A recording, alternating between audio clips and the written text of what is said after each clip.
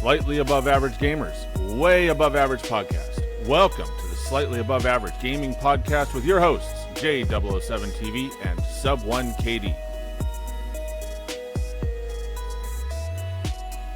Welcome, everybody, to episode 89, a special episode, a Friday night episode, but it's not special just because it's Friday. It's special because we have a special guest.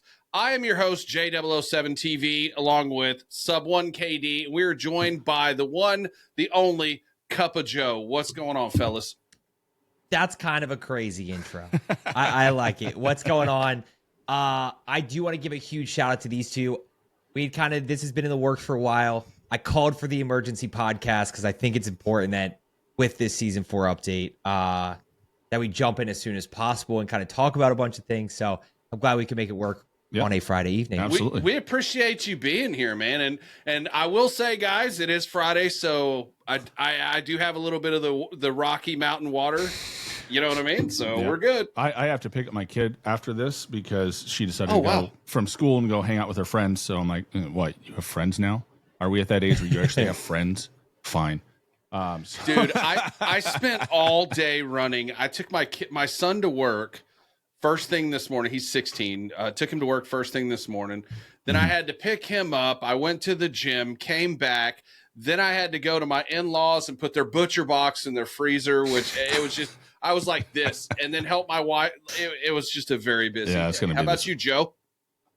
I've got a 2-year-old, so I woke up, I brought him to school, worked, obviously did a bunch of content today, streamed a little bit, and then, I think the nice part of being a content creator and kind of work for myself is, I hopped off at 4:30, play outside, and then obviously the whole 2-year-old nighttime bed routine and getting him to sleep.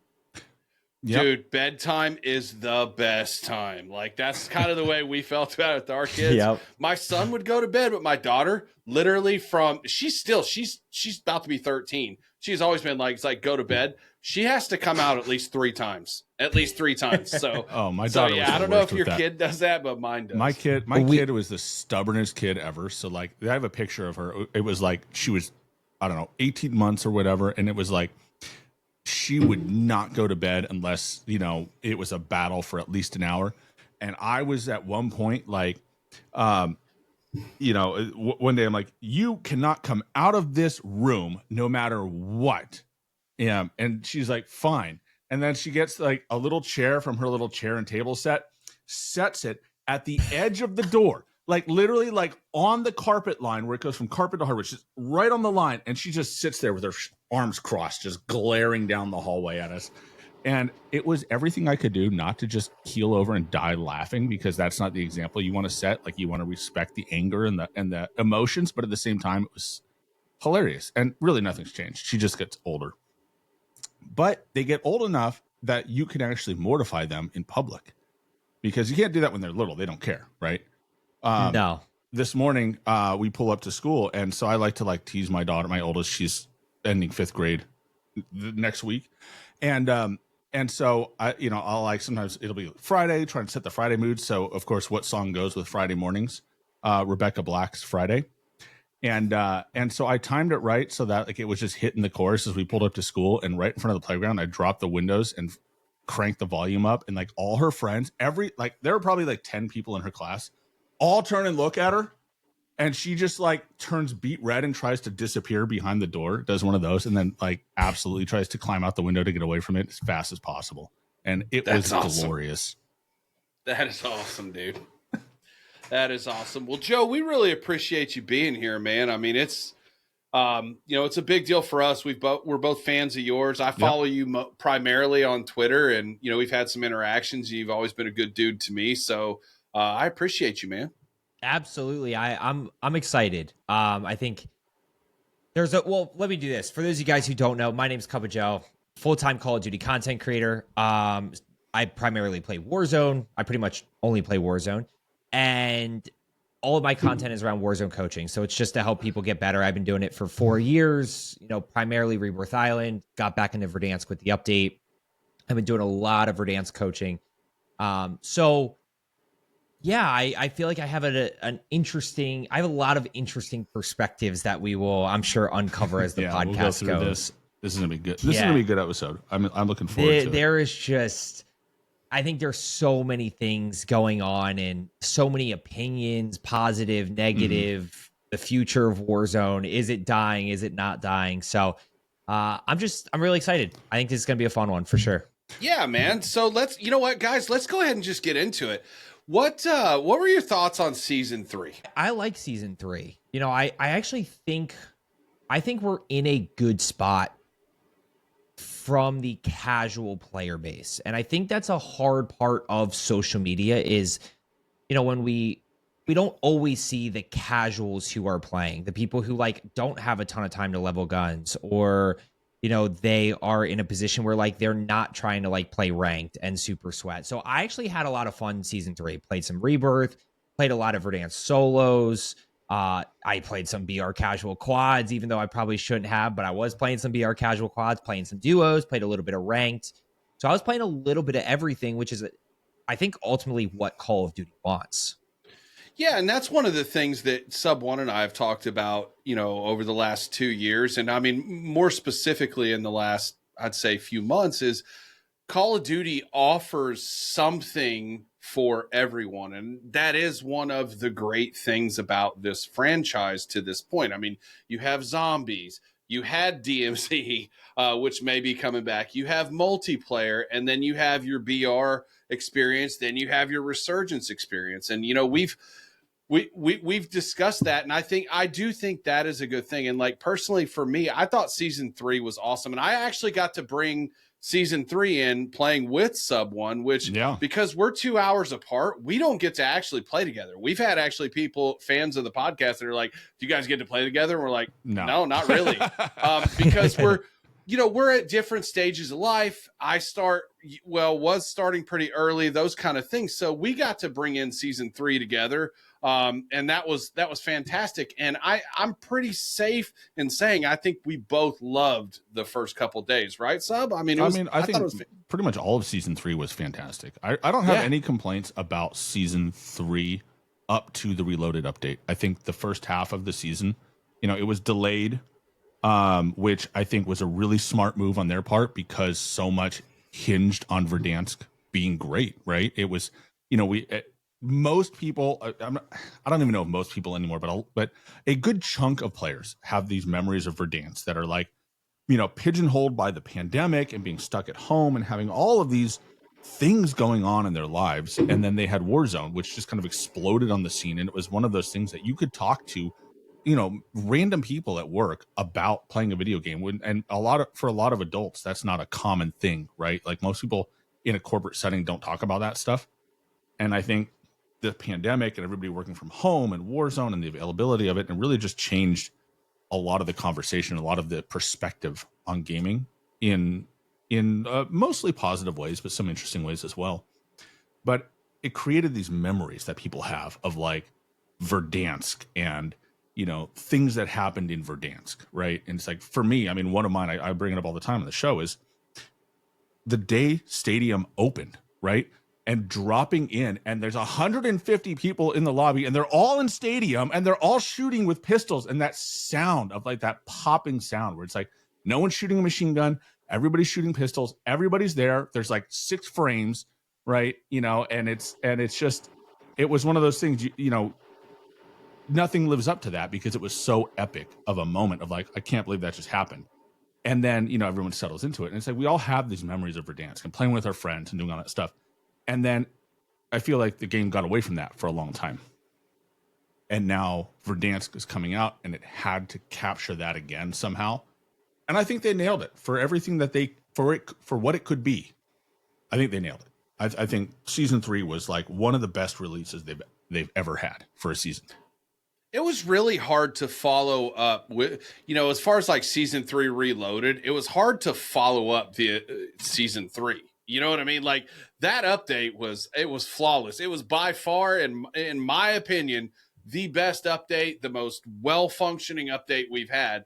And then to follow that up with season 3 Reloaded, and there just wasn't a whole lot. And then, you know, obviously we're going to talk about season 4 here in a little bit, but I mean, like I'm with Sub. I have had so much fun playing Warzone on Verdansk, even with the things I don't like. I don't like the TTK. I don't like not being able to react, those kind of things. But I love the balancing for weapons. I like all of that. It's to me, Warzone is definitely back, in my opinion. Agree. I always, it's funny because there's definitely things that are frustrating. One thing you guys will quickly learn about me, if you guys don't know about this, know this about me already, is I'm like maybe naively positive. Like, and it can be bad. Like, I can get caught sometimes, not caught, but TTK. Like, I'll challenge people and be like, for every time that we die to it, it's like, how many kills do we get with it, right? Like, I am naively positive about stuff and try to bring that positive approach to it, which people don't always like because people want to complain and scream negative things. But I'm with you. I thought season 3 was a ton of fun. I think what we've tried to do as a podcast, Joe, is we've been fair with Call of Duty, and we've been able to point out the flaws when there have been flaws, but we've also made sure to praise when they've done well too. Like, you know what I mean? Like, we're not going to sugarcoat stuff and then blow smoke up your butt and tell you everything's great when it's not. But, we're also not going to over criticize. And I think, Sub One takes a very analytical approach. I don't know. I mean, I'm sure you've seen his content. Like, it's very analytical, very, fact driven and experience driven. And, that's just the overall approach we've tried to take with this podcast. I think, we mainly, I think we just try to be fair. Yeah. And, I've said this before on the show, but, we have a lot of new listeners coming in. I come up from a very casual point of view. Like, I started playing Call of Duty in Call of Duty 1, right? Like, I have the discs here somewhere. If I can do it without pulling my ears off. I don't know what game I have them in. I have my original Call of Duty 1 discs, right? When it was back on PC only, there was no crossplay. There was no controller support. There was no aim assist. It was just, a mouse and a keyboard and your PC, and, it was a Pentium. Back in the day, right? Ran on a Pentium.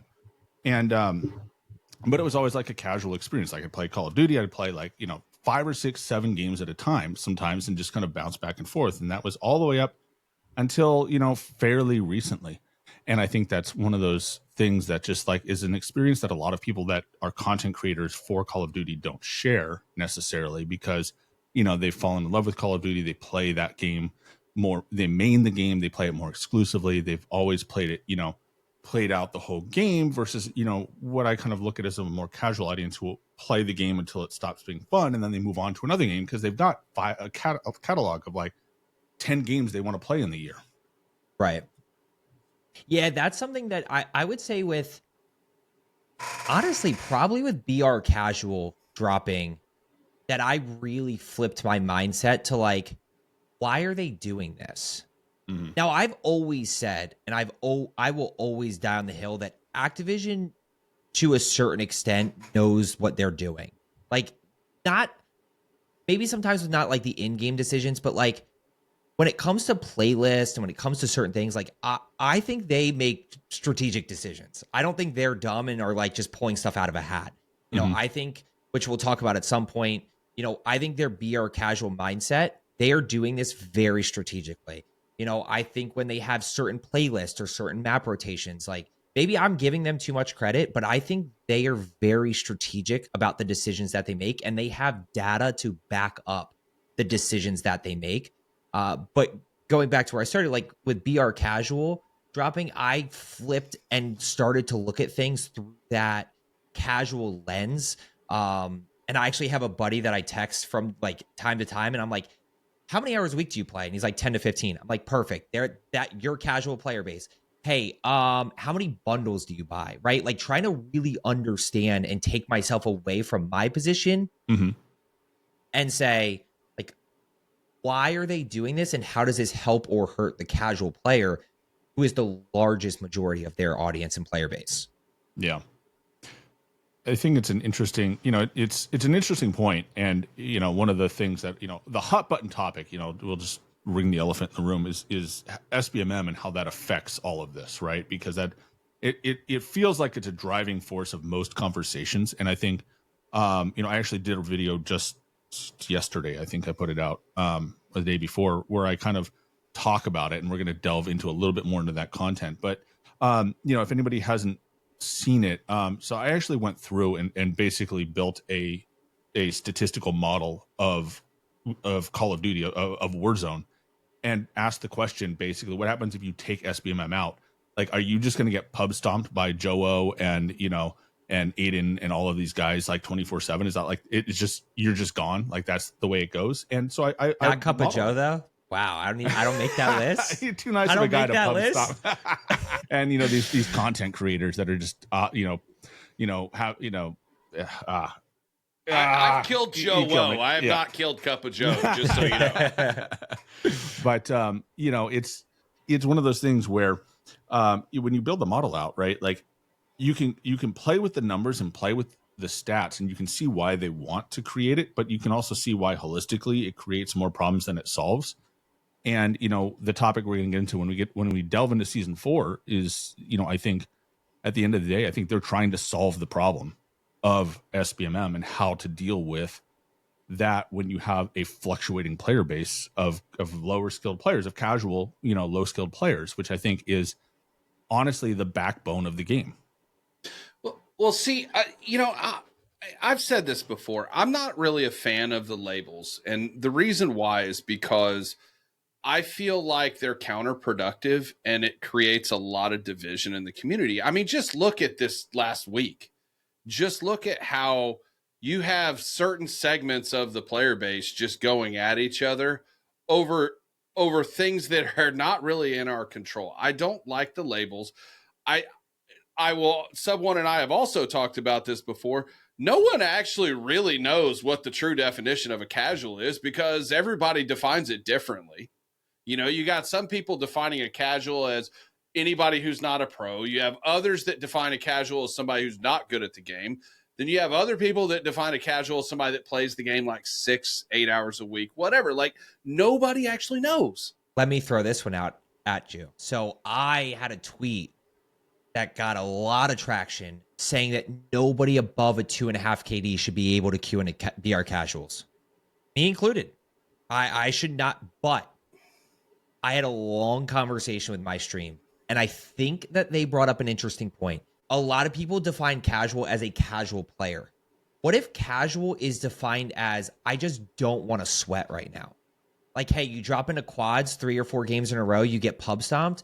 Like, hey, let's just chill for a game, right? Like, let's just take a second here and let's just queue into like a game with 120 bots and just vibe, right? And play casual. So all of a sudden they kind of threw that out there, and I'm like, well, yeah, maybe casual isn't defining the player; it's defining how you want to play in that moment. Now, it's the mindset. It's the mindset. Now, the 4-stack ranked teams of top 250 TTVers who are running around there doesn't make sense to me. I don't know why you would do that, but like, I think that's a fair point. And yeah, I'll be the first to admit that I've been playing a little bit more BR casual as of late, of just being able to sit back and relax and play. Well, I've been using it to grind camos. Warm up. Like, it's a great camo grinder. Yeah, and I play it like Sub knows. I play it to warm up. I play one match. I personally, for me, I don't get anything out of like killing bots like that. So I do it to warm up so I can move around, shoot my gun. Just get you got a lot of enjoyment out of killing Joe. You don't get a lot of kills of killing bots and all that. Wow, Joe. No, sir. I may have gotten a little bit of traction. We love Joe. He was a guest on the podcast. Keep in mind, I'm a 46-year-old dad, so anytime I can kill one of you guys, believe me, I should have posted that shit on Twitter too, but I didn't. Anyway, but like, yeah, I'll play like casual mode for like one match, literally one match. I will solo queue that, run it one match, and then as soon as it's over, I'm done. Yeah, and I'm on to the regular thing, but that's just a mindset thing for me. Like, I don't get anything out of, no dopamine out of killing bots or winning in that mode at all. Nothing. And I play to get that dopamine high. That's why I play. Fair. It's a fair sentiment. I think casual, when you talk about it in this context, to me, it's again, it's a mindset thing of like, somebody is casual and they can be, a casual gamer in which they're not dedicating they're not going to dedicate their time to a game outside of like they're playing it, right? They're not giving it, it isn't a priority in their lives. Right. And so, and that can cover all kinds of skills. I've I have friends that are very highly skilled and they can just hop in and be a 1.5, 1.6 KD playing once a week for like 2-3 hours because they're just talented at first person shooters. It just is what it is. And then there are also people that like, you know, they will play it 10, 20 hours a week, but they are not skilled and they have no interest in learning anything about the game outside of their experience of playing it. They're and I consider them both casual. They're both casual players, even though one is very talented and the other one is, you know, not. But at the same time is, you know, they both play the game, right? Like, so it's a weird thing to define. But, you know, when I talk about it, I'm referring to that mindset of someone who's not taking the game seriously, who's not, you know, their goal isn't to improve. Their goal is to just play the game. And it doesn't, you know, skill doesn't matter to me. The amount of time they play doesn't matter to me. It's that mindset and attitude going into it. It's like, how hard do you want to try? Yeah. If the answer is not very, then like you have your game mode. It's like, I'm a casual golfer. Like, I will pick up the clubs every other year and go out for a round or hit the driving range or whatever. And I have fun. I enjoy it most of the time until I get to like hole 8, and then I'm not having fun anymore. But, you know, the same, I guess that's why I play Warzone. And so it's like, it's fun, right? But I have zero interest. I'm not going to take a lesson. I bought some clubs, and that's, you know, so, you know, yes, I bought a bundle. That's it. I'm not buying any more. And that's just where it's going to stop. Versus I have other friends that are like, you know, they track every round and they're on, you know, they have a card and they're like, you know, they're just outside of the, you know, of, I don't know, some tournament or something. And, you know, they play all the courses and stuff. They take golf trips. And I'm like, I don't care enough. Like, we should do Warzone trips. I don't know how, but we should figure that out. Go to Rebirth Island. That's not far from me. Go to Rebirth Island. It's real. I'm actually considering doing that. I don't like Resurgence. It's not my mode, but someone brought it up to me earlier and I'd already been considering it. Since they took solos out, I'm considering just going and playing solos Resurgence when I don't have a squad. Yeah. Well, I mean, it's a different experience, that's for sure. But, you know, it's like kind of going back to season 3. I think season 3 did a really good job of just of bringing Warzone back to its roots. Like, and the game flow, the game loop. They captured what made Warzone great at the beginning and got rid of a lot of the stuff that I think held it back and like kind of took it away from its core. And I know, you know, Resurgence has kind of caught some strays from that as a result. And I hope for all the Resurgence mains out there, I hope they separate these two more so you can focus on Resurgence and focus on BR and they don't fight each other as much. And it's a W that they have ranked Resurgence and ranked BR. Like, I think that's a W, and I don't know why we haven't been able to have that to this point. I think they've done a really good job in that regard. I had one dawn on me today that, like, I hate to say this, but I don't think ranked is much more to them than an easy way to take sweats out of pubs. Could be. I think you're going to have people that are going to grind and, you know, I'll call a spade, like platinum or gold players or, you know, diamond players who are going to try. But I think the big reason behind it is to take sweats out of pubs who are going to grind ranked. But doesn't that kind of go against what a lot of the dialogue in regards to sweats versus casuals is, right? Like, people think that the sweaty people, like the people that are really good at Warzone, like you and some of the other top 250 people, only want to stomp on bots. And I have to say, you know, I'm fairly plugged in with some of those dudes. We've some of the other comp on the program here.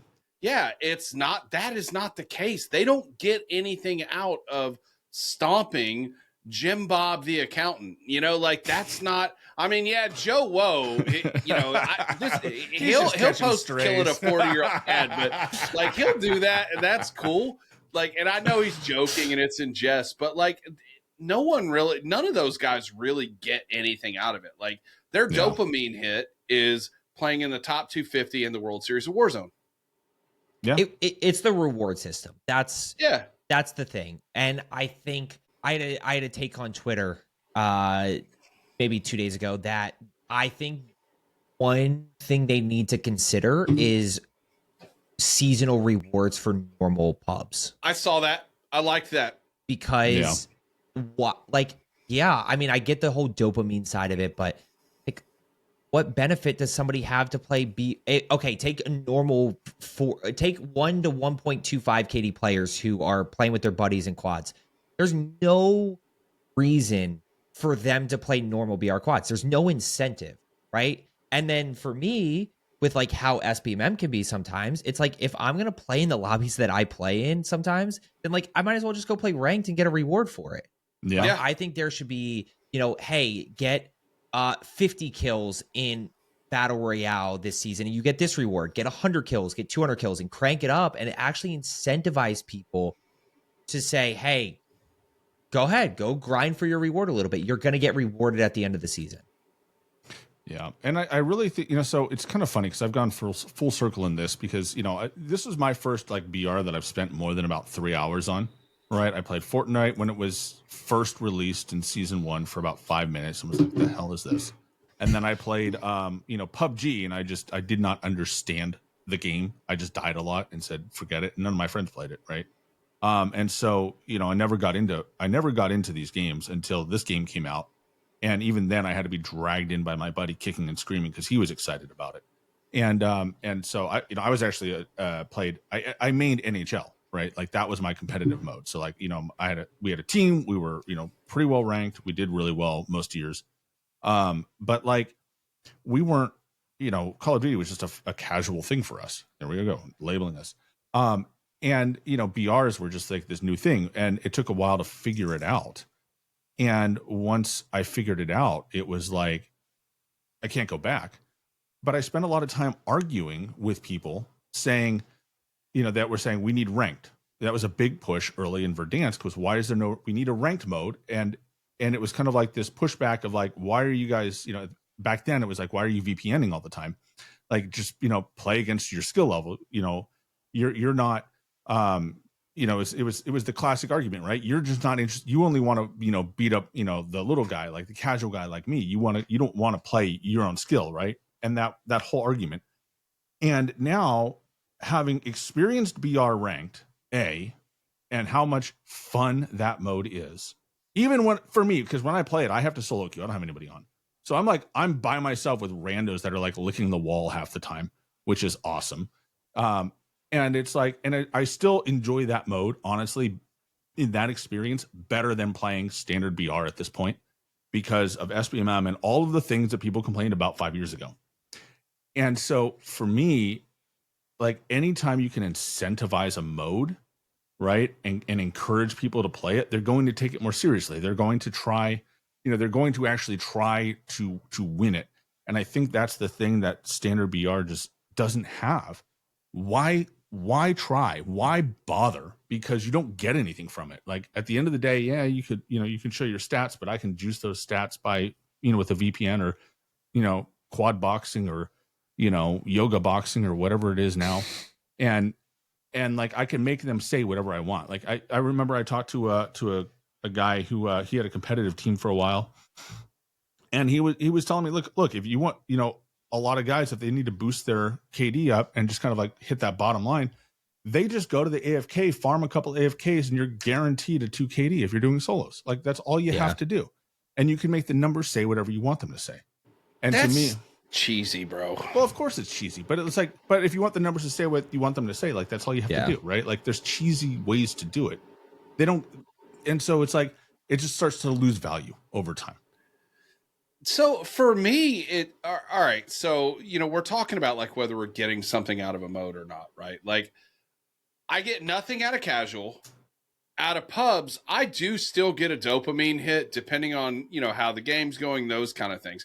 I had one earlier. I literally, my very last game, I was playing with duos with my son. I was on a heater. I had 10 kills in the last circle.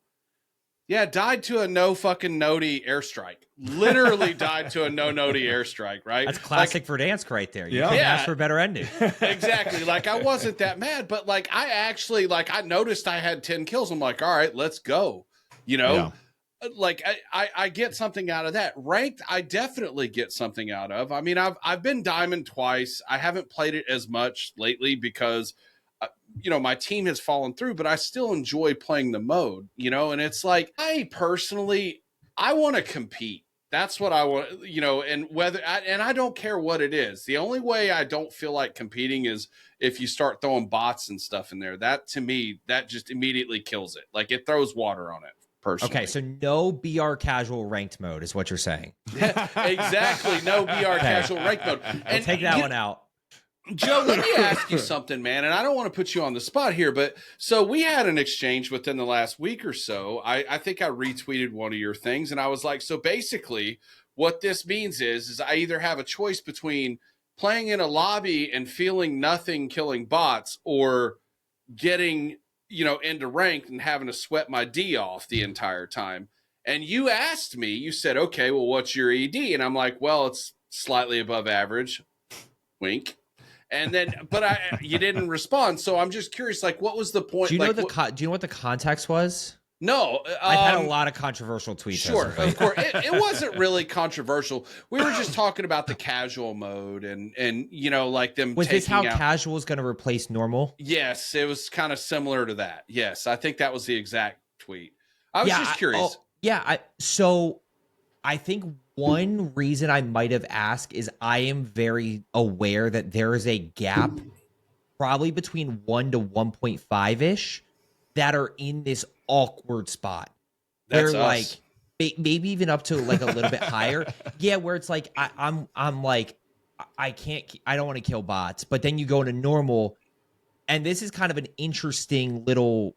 I'll kind of go through this circle that I keep going back to, but you're in a weird spot where it's like pubs sometimes you could just get thrown absolutely into the spin cycle, not for like 2 games, for like the whole entire night. And I've had that, days on end. What I sometimes. see happening here is in the beginning, BR casual drop, but like that was literally the casual players, right? Like the people who were like not as good in the beginning. That's what it was. And then a lot of people play BR. And then all of a sudden we started learning a little bit more about BR casual, and more people started to play it, especially kind of in that average to below average range and slightly above average range. So now all of a sudden what we have is we have BR casual is like a dominant part of the player base, to the point where now normal pubs is even sweatier and queue times are getting longer. So now all of a sudden what happens is guys get on, they play a game or two of casual, they're getting warmed up, they go to normal, they get stomped 3 games in a row, and they say, why am I doing this? I'm just going back to casual. So then they go back to casual, and then the cycle just keeps happening. But what keeps happening is, okay, pubs is getting sweatier at times, queue times are taking longer because more people are playing BR casual, which means that pubs are getting sweatier, queue times are getting even longer, which means more people, and it's just going to keep going and going and going. And I think Subone, you said this, until it's going to disappear. It's really interesting because I know we're a little out of order on our scheduling here, but we're going to dive into it because this is a great topic. This. Our we have an outline, and the outline is like a suggestion most of the time. It's loose. But so here's the thing. So I mentioned this at the top of the episode where I created a whole model of the game, and I started asking questions to the model, like, oh, we were right in the good part. Yeah, it's California internet, dude. I'm just telling you. I actually am very curious about this because I outlined this on when the patch notes got released. Mm-hmm. Really talk. This was a playlist conversation. Everybody had their opinions, and like what I think. I'm interested to hear what he has to say, because the way I look at it is casual having the success that it is proof that SBMM works and actually needs to be higher to protect even more people? Example, people up to like a 1.5 KD, right? To the point where, like, okay, you're not playing bots, but you're still in a slightly protected, not being thrown in against me and Biffle and Joe, right? Or is it the argument that SBMM needs to be loosened? But if you argue that SBMM needs to be loosened, well, then you're starting to get even more Biffles and more Joes into and I just don't know. I think it's very easy to say SBMM's too high. SBMM's cranked. Like, we know it is, but like, what's the solution? I don't know what the solution is, but I'll tell you. Let me share with you my experience. You know, again, I am a slightly above average player. I've held over a one or above in every single Warzone, or even Blackout was even higher than that. You know, since Call of Duty BR came out, the worst year I had was actually Modern Warfare 3, Urzikstan, that first year. It was it was awful. I don't ever want to go back to that again, because it was below where I felt like I should have been. But like, I felt like up until the integration with Black Ops 6, I felt like I was just constantly getting hosed. Like, it didn't matter. I play by myself. I'm playing against people that are well above my skill bracket. I squad up. You definitely don't squad up with people, because you're playing with people, playing against people above your skill bracket. And the funny thing is, I was playing with people that are my level or less. And it just felt like it was a meat grinder. But since Black Ops 6 integrated, honestly, dude, it's been great. It's been a mix. Like, dude, I am running into Spiros, Joe, Metaphor. Yeah, he killed me twice. Some bitch. Rallied, you know, he's so like good. That kind of stuff. Like, and that's fine, because you know what, dude? I get farmed, but then I'm also in other lobbies where I'm like having to double check. I'm like, am I in casual mode? Like, you know what I mean? Like, am I I'm farming kids too. It's like, if I'm being farmed, I want to farm too. And it's been perfect for me. So like, this SBMM conversation, while it's very important to me, I'm not currently experiencing the same thing that a lot of other people are. And I'm not discounting that at all. It's just not my experience. And like, one of the things that like Sub and I have talked about too, is he's like, well, think about it, dude, you're in Texas. So you're actually getting the late people, or like the early people from the East Coast, and or late, like, he's like, you're getting a combination of people from the East and West Coast and your lobbies. Like, so it's a lot different in those regards. So it's been a much better experience for me, I think. What are you primarily playing, like solos, duos, trios, quads? Obviously, we have a limited right now, but so like my primary what I was playing was quads and then solos. Now it's mostly been solos, which we all know there's limited to almost no SBMM in there. And that's fine. I'm totally fine with that. I don't like I think duos is the worst mode that we have. Like, if I had to choose, it would be trios, solos, quads, duos would be the bottom. Wow. I don't like duos at all. It's terrible. So that's just the mode I'm playing. I prefer trios out of all of it. Yeah, it's funny you say that. I'm a big duos fan. But I also think when I'm running around with another 4KD player, duos is a lot of fun, because you only got to worry about two people. And it's like, I take this guy, you take this guy, 10 seconds, let's go to the next team. You guys are really split, right? Like you guys play a little more loose than normal people, right? I mean, we're not hip to hip, but like, we're fighting the same team a lot of times. Or like, I'll drive around and he'll shoot out of the car at people, and it's like, okay, who are we going to next? But yeah, we push together, but we may not fight. Like, it might literally be, I take this guy, you take this guy. Who's your duo? Is it Captain X? Is Captain I your ran duo? with TCAP for a while. Usually I run duos with, actually, funny enough, the person that I ran OG Verdansk with, which is a Zach in the Box. Okay. So is he a content creator? He streams. He doesn't necessarily do content. He doesn't do long or short form like you guys do. I'm just trying to convince him to. That's actually what I do. I don't really do any content, like rarely do videos like Sub does. I stream when I play and have a it's decent for me. Like, audience come in, double digits mostly. And then I do this podcast, and I'm on Twitter. Yeah. Like, I don't have the time to sit down and edit and do all the other stuff that you guys have. It's your job. It is my job. Yeah. Yeah. So, and then I love going back. I love solos as well. I agree. I've said, I actually did a video. No, I didn't actually spectate solos. Solos is like the biggest gap for sure, where of like you have people all across the board. It's one or the other, dude. Yeah. There's nothing in between. I also have yet to figure out why this is, but the reason I think quads is there's a large gap at times. For whatever reason, when people play fills, it just always, I feel like a lot of times they play quads. I don't know why. Like, I don't know why when you go, okay, I'm going to fill, I don't have any teammates, I'm just going to play randoms.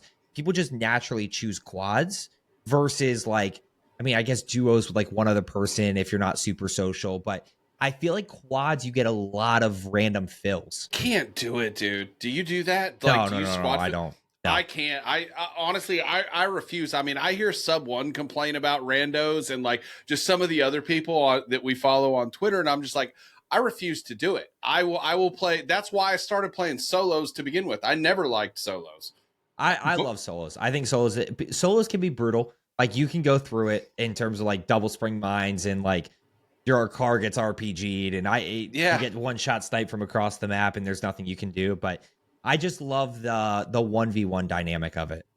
Oh yeah, dude. And you know, like honestly, man, I don't really play solos like normal people do. And I mean, what I mean by that is I'm not cucked up in a corner the entire match. Yeah. Like I am mostly moving. I will look at where the circle is, and if I'm like in the middle of the circle and I'm like, okay, this doesn't really make sense for me to go out and like run around like a moron. Right. So I'll kind of chill or whatever. But like mostly I'm moving, and if I see contact, I'm trying to move to that. Have you tried BR casual solos? No, I refuse. Try one game. Dude, I can't. I don't want to give him that data point, dude. Like it's out of okay, so here's the thing. I know we haven't really interacted as much, but Sub will tell you, dude. First of all, I'm extremely petty, which I am. I openly admit that.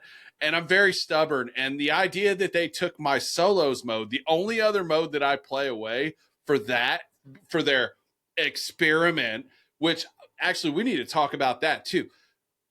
I refuse to play it. I'm not giving them that data point. I refuse to. I actually solo duoed earlier for that. I don't know if we want to open this Pandora's box yet, but by not giving them that data point, I would argue that you're giving them the data point. It's data in one form or another, but to me, it's like, I'm just not going to do it, dude. I have, I've dabbled in some BR casual solos. Yeah. It's so, no, you know what? It's not bad to say because at the end of the day, I think this is where it's casual player versus casual. Like, yeah, you know, for me, like streaming, I don't have to think. Like, I literally don't think. I just like run around and I can read chat and I don't have to worry about getting like third party snipe from across the map. And I do have a rule for those of you guys out there. I do have a rule. I never win a game. I will always let the last guy kill me. Really? So that so he can win. I don't need to win. The stats don't count. The kills don't count. Nothing counts. So I let that person have the dopamine hit and have the fun and get the win. I don't need it. That's fair. I'm good. Dude, hey, listen, man. I respect that a lot, dude. I'll kill the other 27 people, but the last guy wins. Yeah, that's awesome. Dude, I mean, again, dude, I've never dropped a 20 bomb on anything ever before. I hit 25 on solo quads like last week in BR Did Casual. You? Yeah, I did 25. I'm like, but you know what, dude? I felt nothing. Like I legit like did it and I was just like, okay, on to like regular on to the pubs. Next one. Yeah. But I mentioned to you about the experiment, and this is what I don't like about what I think they do. Because, you mentioned the data before. It's like, okay, they'll sit here and say, well, the data says people like this mode. Well, if you don't give them any other choice of anything else to play, of course they're going to play that in most cases, right? Like that was kind of the thing, like where they were like giving you all squad sizes for Resurgence and certain ones only for BR. And they're like, well, yeah, everybody likes playing Resurgence. It's like, well, I don't always have only 3 people on, or you know what I mean? Like they manipulate it and massage it, in my opinion. They can definitely do that at times. I think that for this one, I have argued and will die on the hill that what they are trying to figure out is what are people going to do if we split the modes? So they already know what happens and they have all the data of like, okay, we have BR quads and we have BR casual quads. And when just for the audience out there, I don't think people understand how much information they have. They know average score, they know average KD, they know every single data point that you could ever imagine. So we know what happens when there's BR casual quads and BR quads. What are people choosing? What are people playing? But what happens when we take away solos? Now, at first, all of the solo mains are annoyed. Me as well. Like, Oh, I personally am annoyed that I can't play normal BR solos. I'm in that boat. But if we think for a second and go, but now there's options. So every single person over the next 2 weeks that this mode is out is going to have a choice. Hey, am I playing BR casual solos? Am I playing BR casual quads? Am I playing ranked? Am I playing resurgence? Am I not playing at all? Am I playing BR duos? And I think they're going to specifically look at solo main players, people like me, people like you, people like Metaphor, Rally, but way beyond that, right? The casual players, and say, what are they playing? Are they going to BR casual? Are they playing longer? Right? I threw this one out to somebody the other day. What if there's a player who's a 1.5 KD, 2 KD, and they're like, I hate BR casual solos. This is the worst game mode of all time. Yet they play it longer than they play normal solos. So like then Activision's like, well, clearly this shows that retention with this mode is a good thing. And meanwhile, that person is saying they're miserable, but they're playing the game longer than they were normal solos. So I think they are tracking everything, trying to figure out how do we do playlists in the future. I think that the Call of Duty player base, myself included, we're a bunch of sadists because we have played literally through every single dog crap thing they've ever done. I didn't quit. I'm still here. And I hated Warzone 2.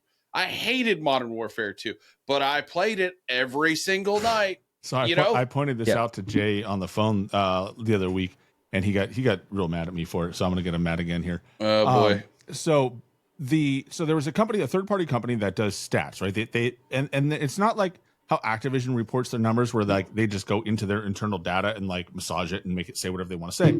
Right. I'm back, by the way, everybody. Thanks for waiting. Welcome back. You just sat there waited. We waited on you. We didn't talk about anything right, important exactly. at all. Just twiddling your thumbs. But no, what they do is they actually take the data straight from your console, from your from Steam, from Xbox, right? And that's how we get like these routine list of like, all right, what's the top 10 games played, right? What's the top 10 sales, right? That's not volunteer data. That's just the company says we want your data, and the Microsoft and Sony, they've all said sure, here you go. So it's real numbers, right? And they came out and they said, they had two sets of numbers, which blew my mind how this worked out. But they had two sets of numbers for MW2, MW3, and Black Ops 6, and that was the November numbers, and it was the March numbers, right? And so, and I did a whole conversation about how this messes with understanding Steam, but the key factor is that for successful games, MW2 and Black Ops 6, there were an excess of 16 million players, give or take, each of those games, right? So they launched with like 36-ish million players playing in November, and then by March, they were down to 20 million players, all right, give or take, right? Maybe 22, something like that, whatever it is, like 20 million players, basically. And then a game that was a commercial flop, MW3, launched with 20 million players in November, and then in March had actually gained 100,000, right? So, but they basically were like same number, like they didn't move for the most part, which means when you look at those numbers and it all comes down to the same number, we have a core player base that doesn't give a crap what you do with this game. They don't care what we do, because you can have the pendulum swing from modern, and this is like, and this time period is before the changes in MW2. This is still right. MW2, big backpacks, rocks in your shoes, like all of the criticism, all of the things everybody hated about MW2 and always point back to as the worst period in Call of Duty history. Now that enough time has passed from Infinite Warfare that is loved now. I'd rather Infinite than Modern Warfare 2, bro. Everybody was, it was the same number of people that left, right? As Black Ops 6, which was arguably one of the best launches they've had in a very long time and was well loved by pretty much everybody who played it. Everybody who played it, for the most part, was like, yeah, this game's actually a lot of fun. We're having fun in multiplayer again. Welcome back. COD is back, right? And so, and then Warzone dropped like a lead balloon and kind of squashed all the good news that the game brought. And when you look at the numbers, we're back to 20 million people again. It's the same people play the game every year because they're addicts like Jay and I, right? But go ahead, Joe. No, I think you're 100% right. COD, there's just something about COD. I also think there's lack of competition, right? Absolutely. Like people say Fortnite, but like you said, it's like you go play Fortnite and you're like, this isn't, they're not competing. It's a kid's cartoon game. Same thing. I get the Delta Force, I get the PUBG, they'll take a few 100,000 people, but like there's something about COD. Look at X Defiant. X Defiant was the COD for players who love COD. Like it was the game for players who love COD, and it didn't last 6 months. Yeah. And it's like, and when you look at the reports, it's internal bean counting. The players weren't there, right? Like they couldn't sustain the game. And, insert reason why, it doesn't matter, right? Nothing can stand up and hold players for any length of time against Call of Duty, except for probably GTA 6, which, I have a whole tinfoil hat theory on that. MW4 is totally screwed. That's a whole podcast episode in and of itself. But like at the end of the day, when you get into like, these other games, and there's a lot to like about other games. I don't want to act like there's not a lot to like. Delta Force is a great game. We've had so many other people on that mean other games, and there's so much to like out there. Gray Zone Warfare, yeah. One of the top guys at Gray Zone Warfare was here. Great game. I like that game a lot. It's a lot of fun, but it's just not like it doesn't have that combination of like that physical realness. Like I don't want to say like mil spec or anything, but like literally like that photorealistic feel that COD has. It's like it's a little bit gritty. It's not very cartoony most of the time, bundles aside. It has that feel of like you pick up a gun, bundles aside, and it's like, yeah, like I've seen guys in war movies carry that gun, right? Like if you're a gun owner, you would pick that gun up and be like, oh yeah, I have one just like it, right? Like here's mine, right? And you can have that experience and that connection to the game, and yet it's arcadey and it's easy to pick up. And this is something I can't stress enough. COD is not a competitive game. It's not a competitive game. It is a casual game that people play competitively. And, yes. And when you don't keep that in mind, I think it's very easy to get frustrated that it doesn't take the same approach that Valorant takes, that CSGO takes, that all of these other very competitive games take. And I think there's something about Call of Duty that just keeps players playing. It's just, you can just pick it up and you can play and you can have a good time and you can put it down and walk away. And it's like, you don't have to think about it, or you can think about it and, make it your career. Like, but it has both sides. You know what though? There's no reason it can't be both. And the reason I say that is because there is enough part of the player base, albeit we're a minority, which I fully recognize that it does have a competitive mindset. And for the amount of money they make, there's no reason why you can't have both, right?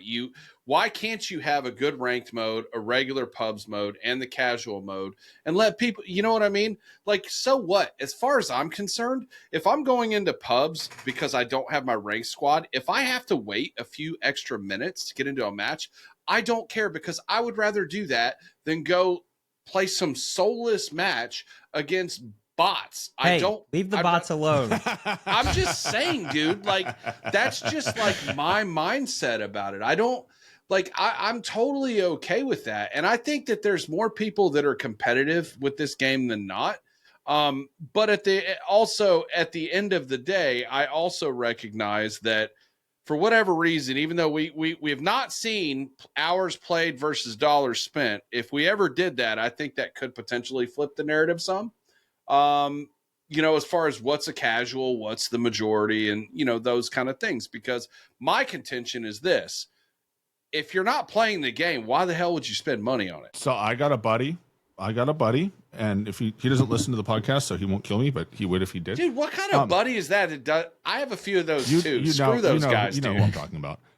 Yeah. And so, but he plays about 3 or 4 hours every other month, every 3 months or so.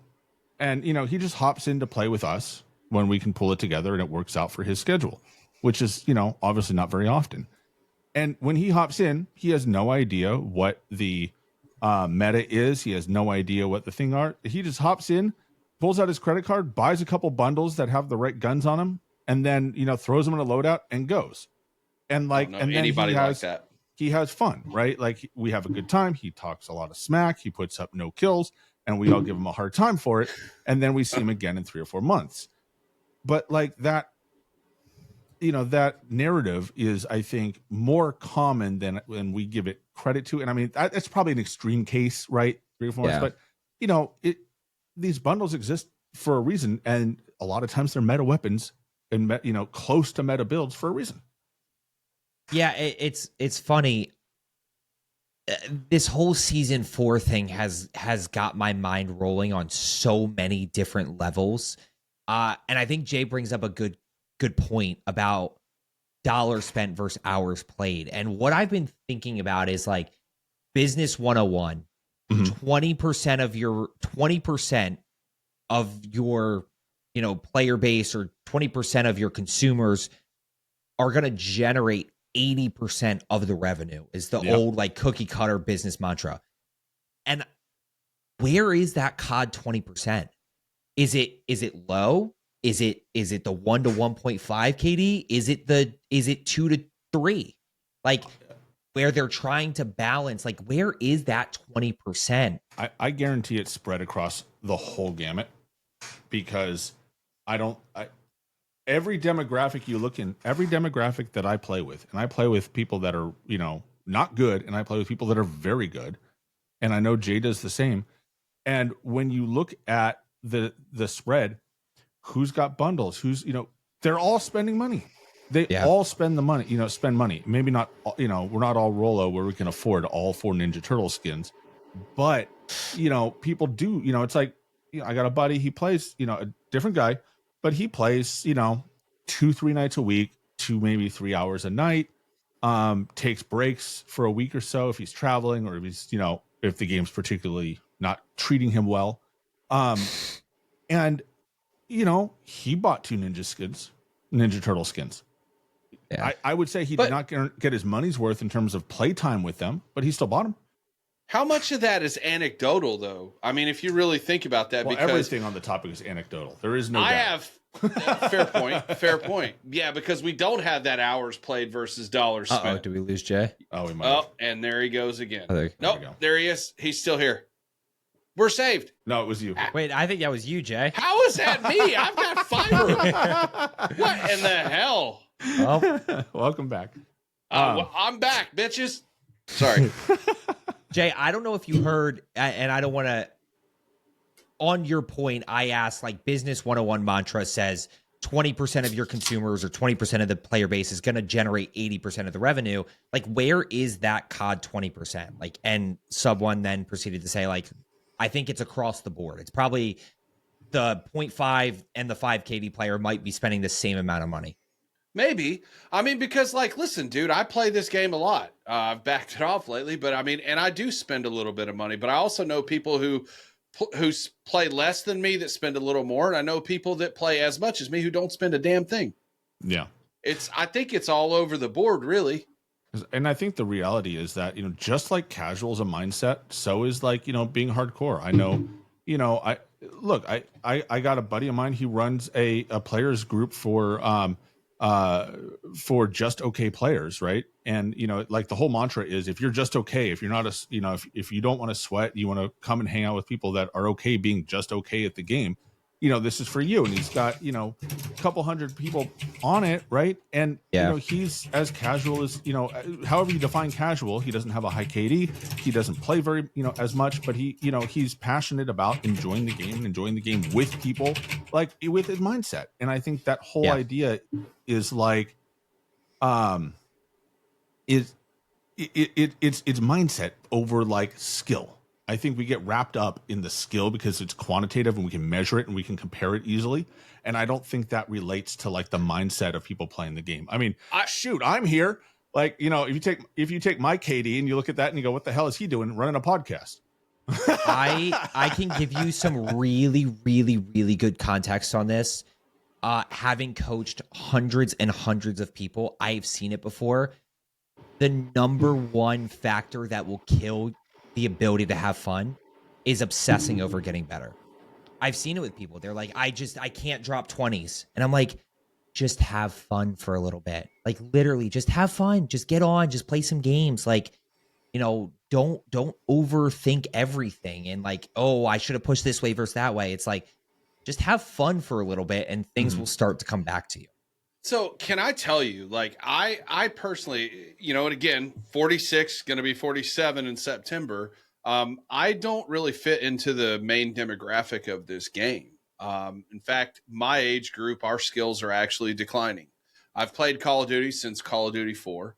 The whole reason I wanted to even hop onto online gaming was to actually use that as a competitive outlet, right? Like a way for me to compete outside of work. I don't know how to turn that off. I legitimately don't. Like when I'm playing, like, and I mean, I have fun, I do, but like if I have several matches in a row where I'm like just getting crapped on, like, dude, like that starts to kind of like wear on me just a little bit. But at the same time, if I have several matches where I do well, I don't let that get me too high though either. I do. Well, yeah, because SBMM is going to get you. You know it. Oh, yeah. You make the mistake. I've made the mistake of winning the first match of the night several times, and then the rest of it's just like completely F. But yeah, like it is a mindset. Like I personally, I can't subscribe to just hop on and have fun. I'm not having fun if I'm getting crapped on. I'm just not. I think everybody has fun different ways, right? I think that's whether, and again, this is where like, Season 3 Reloaded, Season 4, like I've really tried to understand the casual player more. And like, yeah, I hate dying to double spring mines and a guy sitting at the top of the stairs with an RPG. But at the end of the day, like that guy's having fun. And like, he's just chilling and he's going to try to get to the end game and see if he can win. Like, it's annoying from my perspective, but like, what about his perspective, right? Like, what about their perspective? And everybody can play however they want to play. That's true, and that's one of the things Joe Woe said too. Like when we had him on a few months ago, like that he wanted the game to be where people could play the way that they want to play. And I mean, yeah, dude, there's some cheesy shit. I mean, listen, I gotta tell you, my co-host, if it's cheese, that MF is doing it, dude. He's doing it. I personally, I feel like to me, it's like. It's a self-respect thing, so I won't do it, but he will do it. He will do it. He will double shotgun. I'm putting a montage together of my best movement clips, and actually my longest distance kill in this game. I killed the guy at fire station by dam, and I was on train station. Okay. Oh my gosh. Yeah. That's crazy. It's an entire montage of double spring mines on the buy station. That is awesome. And me just wandering around. A solos win 2 days ago using the HE1C. I don't know. I killed somebody and he had it, so I took it. Oh man, that was I ruined some people's days that day. So, oh yeah, Joe, let me ask you this. You've mentioned coaching a couple times, and I think that's very interesting because I've actually considered getting coaching myself. What is your demographic for that? Like, who wants that, and what type of players? It is all across the board. Yeah, this is a space that will absolutely blow your mind. I mean, I work with 15-year-old kids who are looking to get better and, want to like really, really get good and maybe play competitively at the top level. I work with 52-year-olds in the UK and South Africa who just want to get better than their friends that they play with. And it's like, it is literally everywhere in between. So what does it look like though? All right. So say I said, Joe, please coach me. What does that look like? Yeah, I mean, I have different levels. It's a combination of basically two formats. Number one is a gameplay breakdown. So you send me a gameplay, and we really focus on like where you're struggling, things you're doing well, aim, movement, positioning, gameplay strategy. How can we start to play more consistent? And then there's also another kind of variation where it's actually Discord live coaching. So you're sharing screen on Discord, and like as you're playing, you pick up a kill and like, okay, stop, like pause, like what's our next move, or like what did you do right there? So it's a little bit of those two. A lot of people get a lot of value out of the gameplay breakdowns because like you can watch it. A lot of people just don't watch their own games back to like be like, oh, I didn't even see that guy over there in the corner and he was on your screen. That's why I started streaming to Twitch. It was during World War II. Because also I travel for work and I'd get bored at night in my hotel room and I'm like, I'll just watch the VODs. Fire it up. Yeah. And review. And just look, because you really don't understand how much you miss, or like, desync. No, you just missed half your shots. Sorry. That guy's cheating. Well, I mean, everybody who kills me is obviously cheating, right? It's not 100%. me. 100% wall hacks.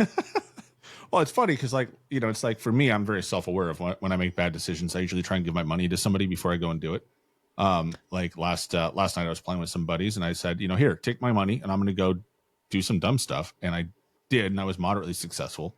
And then, and it was like, left them, they bought me back when they got the chance, and I had a good time, and they griped at me until we managed to clutch it up and win it. But it was still one of those things where it was like, I'm only halfway, half a foot in at that point. But, there's so much fun to be had in this game, and there's so many different ways to play, as you put it.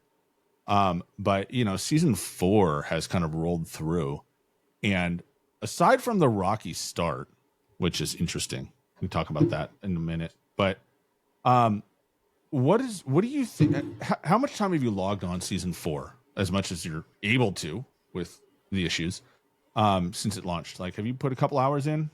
I have not had any issues. I have not lost one. I think I had maybe one game in the warm up where I lagged, and I'm very self-aware that is not the case for most people. Okay. But I mean, probably like 6 to 8, maybe some more, split between Rebirth and yesterday was update day, so like I played BR Casual Solos. I played Clash. I played some Resurgence. I played some solo duos today on BR. I played some BR Casual today on in solos. I played some Rebirth today. So it'll really across the board, probably 6 to 8 hours. Okay, that's good. Yeah, I logged not quite that much time, but I've got about 4 hours, mostly split between casual solos, which I'm not a solos player, so my opinion of it is it sucks because I just hate playing solos. Fair. But I spent some time last night and today in the standard quads casuals, because I wanted to get a feel for how things are different with the bots compared to season 3.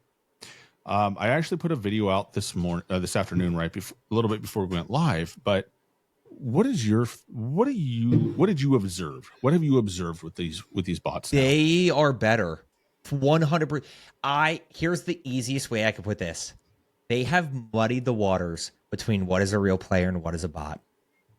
It's not as clear cut anymore. There are a lot of kills where I'm like, that might have been a real player. They're sliding a little bit more. They're shooting.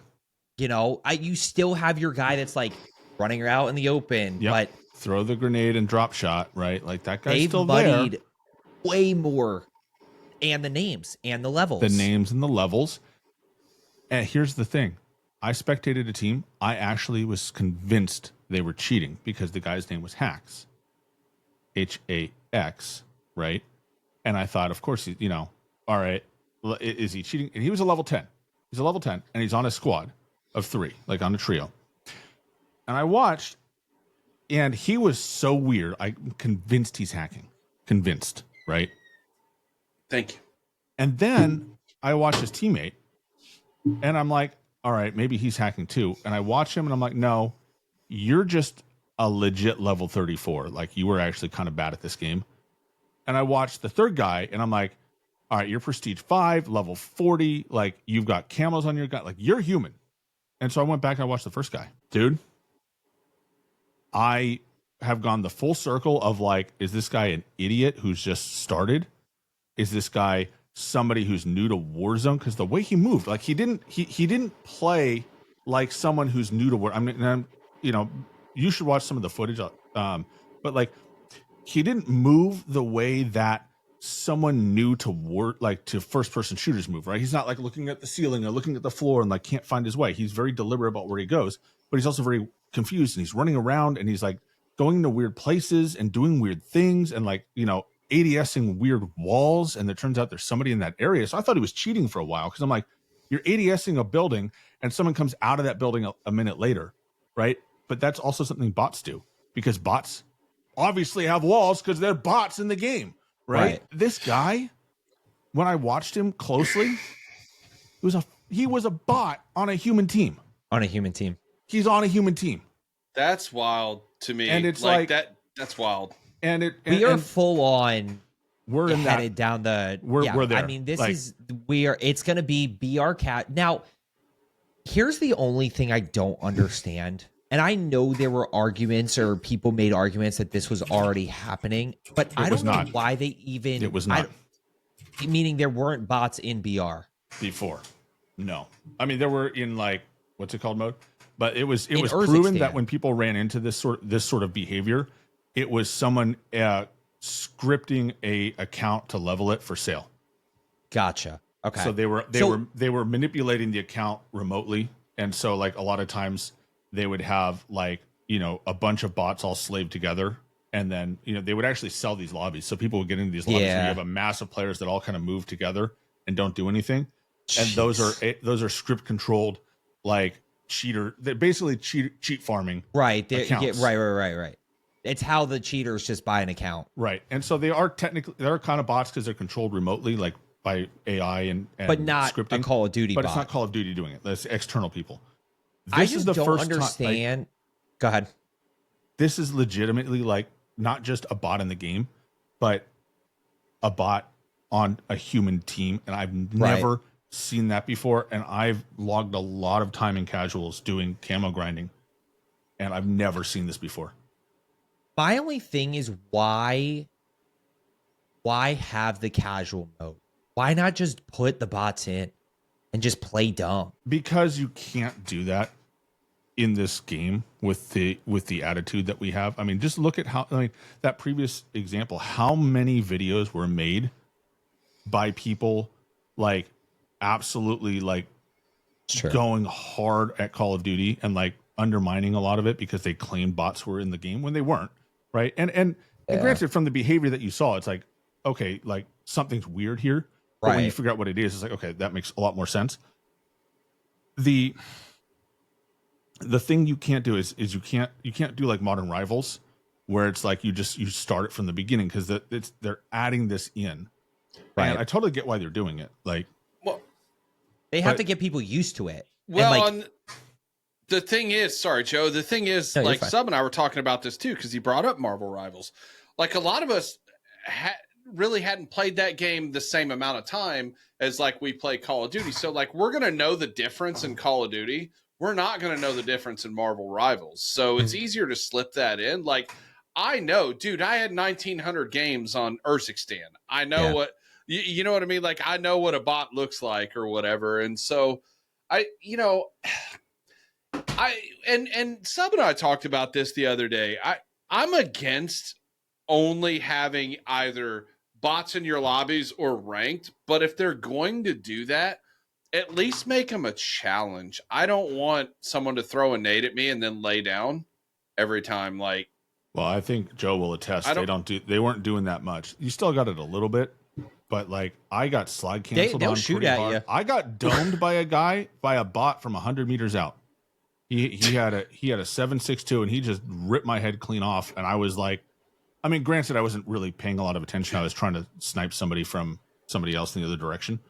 And so, but when I literally like got picked up and played it up and like, I'm going to go screw this guy over and jumped on him and he turned out to be a bot. I was like, are you serious? Like I got domed by a bot. Like Are you kidding me? So I think what's happening here is we're seeing them kind of like flex the skill of the bots and try and create a range that people will accept as you can't tell, right?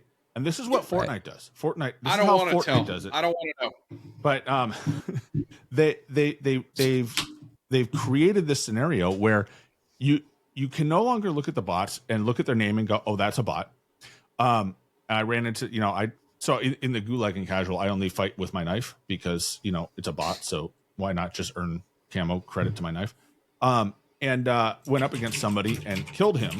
And I was like, boy, that bot put up a lot of challenge. And then all of a sudden I got some kids screaming in my ear, obscenities in my ear. And I'm like, oh my, you are a casual player. Found one. But like, I think they're flexing these bots to try and make it feel like there's they're lower level players or kind of like, below average. I haven't seen any bots act like an average or better player, but like they're feeling more human. They're feeling more like they belong there. And they're picking up these mannerisms from, I think, these players. And I think that's why they're taking this approach of like, do the casual, bring the casuals in, get them in there so that they have a place to play and they don't leave. Right. And B, that they can study how casuals play the game when they're not feeling stressed like they would in the regular mode and they just lay down. Right. Because I think most people who aren't great at the game play casual mode way more fast and loose than they do in the regular mode. I think that's a fair statement. I certainly do. And so I don't have a care in the world. I just run around and just shoot my gun and pop UAVs and just run and just I don't have to think. And so, and I look at like both what Modern Rivals do and Fortnite, how they handle this. And I think we're going to get to a point where it's like the bots are just part of pubs. They're going to get rid of casual. It will just be pubs. And they will be on a sliding scale of like, depending on how you perform. If you're doing really well, there's going to be fewer bots and they'll be tougher. And then if you're not doing as well, right, you kind of slide back a little bit and there are more bots and they're not the top tier bots. And there's going to be that kind of like gray area where a lot of times you won't tell what you're fighting. And well, I think it hinges on this idea that I kind of talked about before my computer decided to do its thing. Thanks, Bill Gates. And I think one of the things is that like when you look at the natural way to have a good random experience, you need the bell curve of players. And what's the part of the bell curve that drops off first? It's the bottom of it, right? And the more the bottom drops off, and look, they put this in their white paper and it's absolutely true because I've modeled it and I can tell you for a fact that the more, like if you lose even 20% of the bottom of the player base, everybody is going to be miserable from there on out. So you have to fill that part of the bell curve somehow. And if you don't have the players to do it, you got to do it some other way. Otherwise, it has to be SBMM'd. Like it's the only way the game works. Because I think you got cut off right before. Like, was there anything else with that SBMM model that you ran that like really stuck out to you? Because when you fell off, Jay and I kind of talked about. I kind of mapped out this, if you assume that 1 KD is the average, that means 50% are between 0 and 1. Then from there, it's like 1 to like 8 KD is the other 50%. And, a lot of people are very quick to say loosen SBMM, but that means that like 1 KD players are going to be in more lobbies with Biffle. And it's here's the interesting thing. So back when we had stats and through all of Warzone, it's been modeled by JGod. It's actually been modeled by a few computer science people on Reddit and a few other places. It's really the average, like the most, not the average. The average KD is always just below 1 because Tim the Tap Man is a thing. But the most common KD, right? So the top of the bell curve is like a 0.8, give or take, depending on how many people are in the game, right? Like in Caldera, it was like a 0.86. In the first year of Warzone, where we had the most players, it was actually like a 0.75 or 8 or something. That's where I started. Explain why though you're referring to, because we've had this conversation and it's great info, why you're saying the most common versus the average. average. So because in a game like this, right, if you take the average KD and you can't disalive yourself in the game, i.e. splat or die to gas or whatever, like every time you kill someone, you get a kill and they get a death. So the average of that lobby is a 1 KD, right? And it doesn't matter if you go 100 and 0 and they go 0 and 100, it's still a 1 KD average, right? So the average KD will always be 1 minus a little bit because people tend to tap man themselves. Right. And so average KD means nothing. What matters is the most common KD, because that is the top of the bell curve where, you know, the majority of the players are. And it sits about a 0.8, 0.85, something like that. And so when you take that into consideration, a 0.1 KD is a top 20% player. I mean, not 0.1. I'm sorry. A 1 KD is a top 20% player. It's like the top 21.2% or something is a 1 KD and better. So most players, the vast majority of players, are below a 1 KD. And then you get into things like people talk about, oh, I only have a 2 KD. I'm like, you're like a 0.01% player. Like you really are, right? And people that are like above like a 4 KD are just like they're you know, they're at the point where the calculator starts throwing errors, right, to calculate like how top of the tip you actually are in the game compared to the rest of the player base. And so when you take that actual kind of spread and you adjust the bell curve properly, a 2 KD player, like a 2.5 KD player, is like a 0.1% or something. Like you're not like the odds that player runs into a lobby is so minimal. And so I ran this number. I need to run it again for Verdansk because we're back to 150 players. Or Sam was 100, so I ran it for 100. But 100 is a nice easy number because it works, right? It's 100.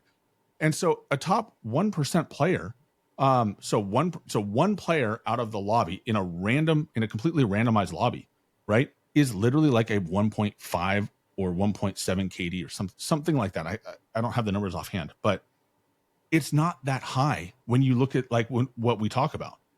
And so if you have like, you know, let's call it a 2 KD. 2 KD is a 1% player. So you're going to have one of those in a lobby. And the reality is when you look at the top, like, you know, the way that I bracket it is when you look at the distribution of top players from the top 20%, 1 KD and better, right? That's only 20 players in the lobby that can be 1% or better. And the majority of them are going to be 1%. And in most of the models that I ran, like the most common top player you run into is like a 1.4, 1.5 KD. Like that's the top of the lobby. And then it just goes all the way down from there. And so the problem is, yeah, sorry, go ahead. And so the problem is once you know, that model works really well for a random lobby. I mean, look, you always have the unicorn lobbies, right? Or something like that. But the lobbies, like the way that SBMM works is it automatically trims off the bottom of the player base. And when you do that, that's when the whole experience falls apart. But, you know, Sub One and I had this conversation, and he actually disagreed with me before he did his modeling. I built a model to prove him wrong. Yeah. And then I had to like, and I contended that the chances or the percentages that a below average or average player is going to run into somebody like you is a very small and minute chance. So it shouldn't be that, like, that shouldn't be the focus of the matchmaking. And he did his modeling, and it turns out based on his modeling, I'm actually correct because I mean, and it's just number sense, right? Like, cause I can remember when we had the API, we're looking at those websites and it's like, for like wins, I think I had like 150 one year on something. And it was like, you're in the top like 1%. And it's like, well, if I'm in the top 1%, like, and then you start looking at KD and it's like, oh, you're in the top 10%, top whatever. It's like, okay, if you're 10% of like 90 million players, what is the percentage or the chances that someone who is not good at the game is going to consistently, and that's the word, consistently run into players like you? It's small. It might happen, but not very often. Yeah. And so I think when I ran it, I simulated if you created 100 lobbies, you know, if you played 100 games straight back to back to back to back, you would run into about 12 to 13 2 or better KD players. And this is a ping-based system. This is i.e. just randomized lobby. Completely randomized lobbies. Ping is not randomized either. Ping messes up because of geography and dedicated servers. So if you advocate for ping, you're just it's gonna create different set of problems. But like just take all matchmaking out of it. Just click the button, find the first lobby, off you go. And if you're on 90 ping, you're on 90 ping. Like you could limit it to US, EU. Yeah, I mean, and by the way, I think with those 12 to 13, like you may not even run into them.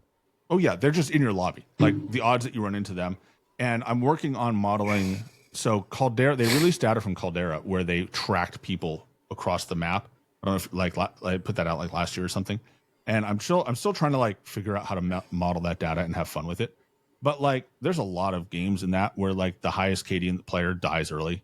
Like they chow a four stack they're and aggressive. They're third party with a pistol at Superstore. They get domed from across the map for no reason. Well, and you have normal guys like myself who get lucky and kill somebody like you once out of every 20 times. Not me, Joe. Oh yeah, Joe. Hey, don't forget OP Mark and a couple of them other boys too. I'm just saying. Yeah, but it's one of those things when you look at like what they're trying to deal with. So the whole reason SBM exists, and if you actually go back to what they've said about early Verdansk, because they didn't have it the first few months. It was no SBMM. It was just ping based. And felt like it. Well, it got there. They turned it on after like 2 or 3 months and started ratcheting it up, trying to balance this. But and that was because they were creating protected brackets at the end of the day. It's like that was their problem. They were creating protected brackets, so it screws everything up. And so the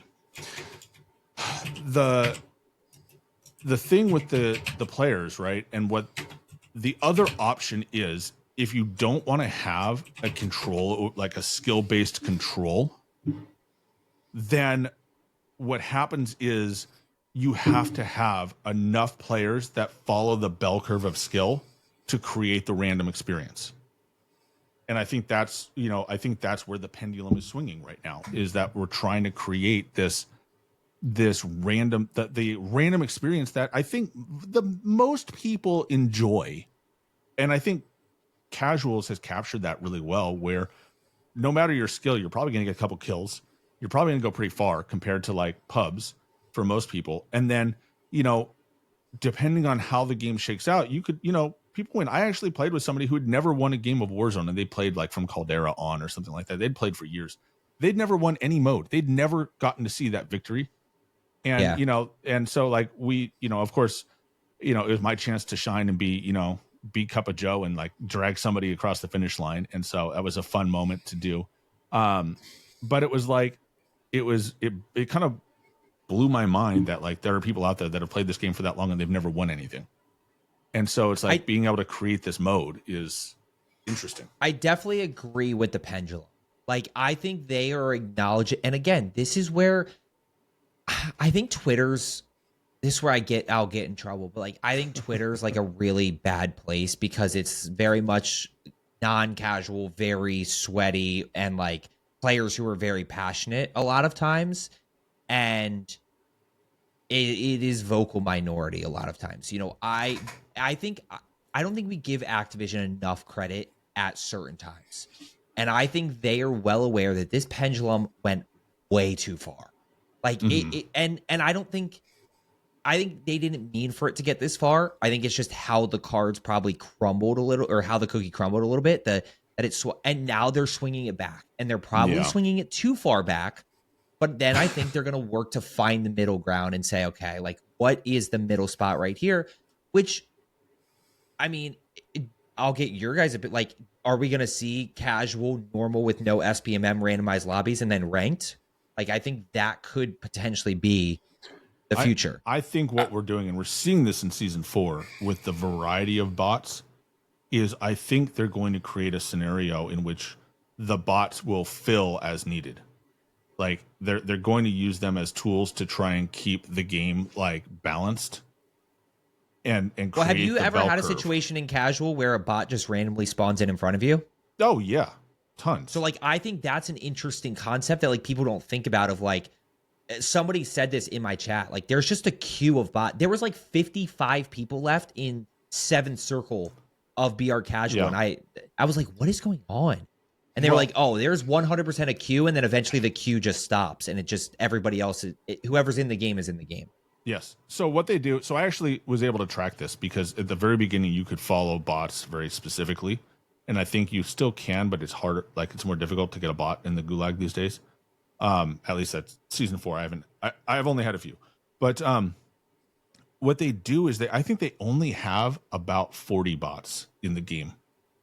I don't think they launch 150 people out of the plane. Oh. I think it's the players, and I think it's about 40 bots, and they recycle the bots. And I call it blooping because, and I have a spectating video I'll send to you if you want to watch it, because I spectated a team of bots, and it was fun to watch their mechanics and how they play. But then I noticed that they would just disappear, right? I'd have 4, and then I was down to 2, and then I was down to 1, and then they would come back, and they weren't dying, right? They weren't getting downed and dying and going to Right. the gulag. They were disappearing, right? The team went down to 1. And then that guy got close to other players, and then the bots came back. But I could see in the ticker, they died somewhere. So they disappeared. Right. They were elsewhere on the map. They died, showed up on the ticker, and came back. And the more you watch it, the more you can see, at least in season 3. And I haven't been able to observe much of season 4 enough to really have a say on whether it's still doing this. But you know, they're just moving the bots around as needed to fill, I think, dead space in the map, and kind of, I don't know if they're sending them as fodder to somebody, or they're trying to overwhelm good players, or what they're trying to do. But they're moving around and they're doing something, and there's a mechanic involved here with where the bots go in the game. And then, yeah, like you said, it's like you get to a certain point in the game, and it's like they just stop respawning. And so you can get bots, and if somebody did it, I forget who it was. Somebody got a bot to win the game. Like they actually kept the bot alive and killed everybody else, and then let the bot kill him, so the bot won the game. So bots I'm partially don't just convinced disappear. I had that today. Yeah, And he might have accidentally ran into the gas too far. I told Jay Well- I don't know if you were here for that. I never win a game of BR Casual if I play. I always let the last guy win. I never win one. Yeah. Just as I don't need it. They can have the dopamine. They can have the fun. And they're gonna mount the kill shot of them killing CuppaJoe and put it on their wall. Clip it. Yeah. And but yeah, so I know, because some people had said, oh well, there's a certain point where they just go away, right? They just delete the bots off the map, and I don't think that's true. I think what happens is they just stop respawning them, and where they are is where they are, and so all of a sudden all the bots are on the map, and then everybody gets to kill all the bots because they're there, right? Like you see the bot, you shoot the bot doesn't respawn anymore. And so that's why you'll have a steep player drop at a certain point, because all the bots are getting killed by players. And then the players tend to be the last ones left. I'd have to look. I think I went from 50 to 17 literally at the circle. Yeah. Like it went from circle 6. I'd have to double check. So don't quote me on this. I think that it was at 50 something, if not more. And then circle 6 finished closing, circle 7 started, and it went down to 17. And I was like, oh, that makes more sense. What they probably do is they probably have a mechanic, because it would be really weird. It would be a tell to see the player count fluctuate a lot, right? As the bots disappear and their team drops off, and then they come back. And I think what actually is happening is the player count, the team and player count, is kind of a lie until the bots expire. And then it's like a queue. Yeah, so it's like they're buffering how much space they're going to keep to fill with bots, and then at some point that stops, right? And then it goes away, and any bot that's still alive is stays in the game until they're killed. But that's why you'll see a drop all of a sudden. I don't think they just disappear the bots. I think they just aren't putting them back in the game. Jay, I have a question for you. Sure. Because I think this is an interesting perspective that you have, which is, if you queued into BR normal solos and let's go this way. You queued into BR solos. Mm-hmm. Some of them were sweaty. Some of them were, just maybe they slid at you and you killed them. But you had no idea if they were bots or not. And you picked up the win. Would you feel good about that? If I didn't know, yes. But if I knew there were bots in the lobby, I would feel nothing. And that's That's the thing, right? Like, that's why, like, when I know that I'm going into that casual mode to warm up, whatever the result is, whether I have 10 kills, 15, 20, whatever, it doesn't fucking matter to me. I don't really care. So you needed to be at a point where you don't know if it's a bot or not. Yeah, no, I don't want to know. And the reason why is because, you know, and I only got to play one match, and I got to be honest with you guys. So, you know, they changed up the high value loot zones in Warzone. And so I was trying to like speed drop Superstore. I may or may not have splatted on the roof off of my first like my warm up in casual BR. So I died there. I go to the gulag, and then, you know, it's a window licker there. They're just running around. I kill that person. I think I ended up like 4 kills or something like that, whatever, which is not a lot in that mode. Like, it's not a lot at all, but like, it just didn't get on track really good.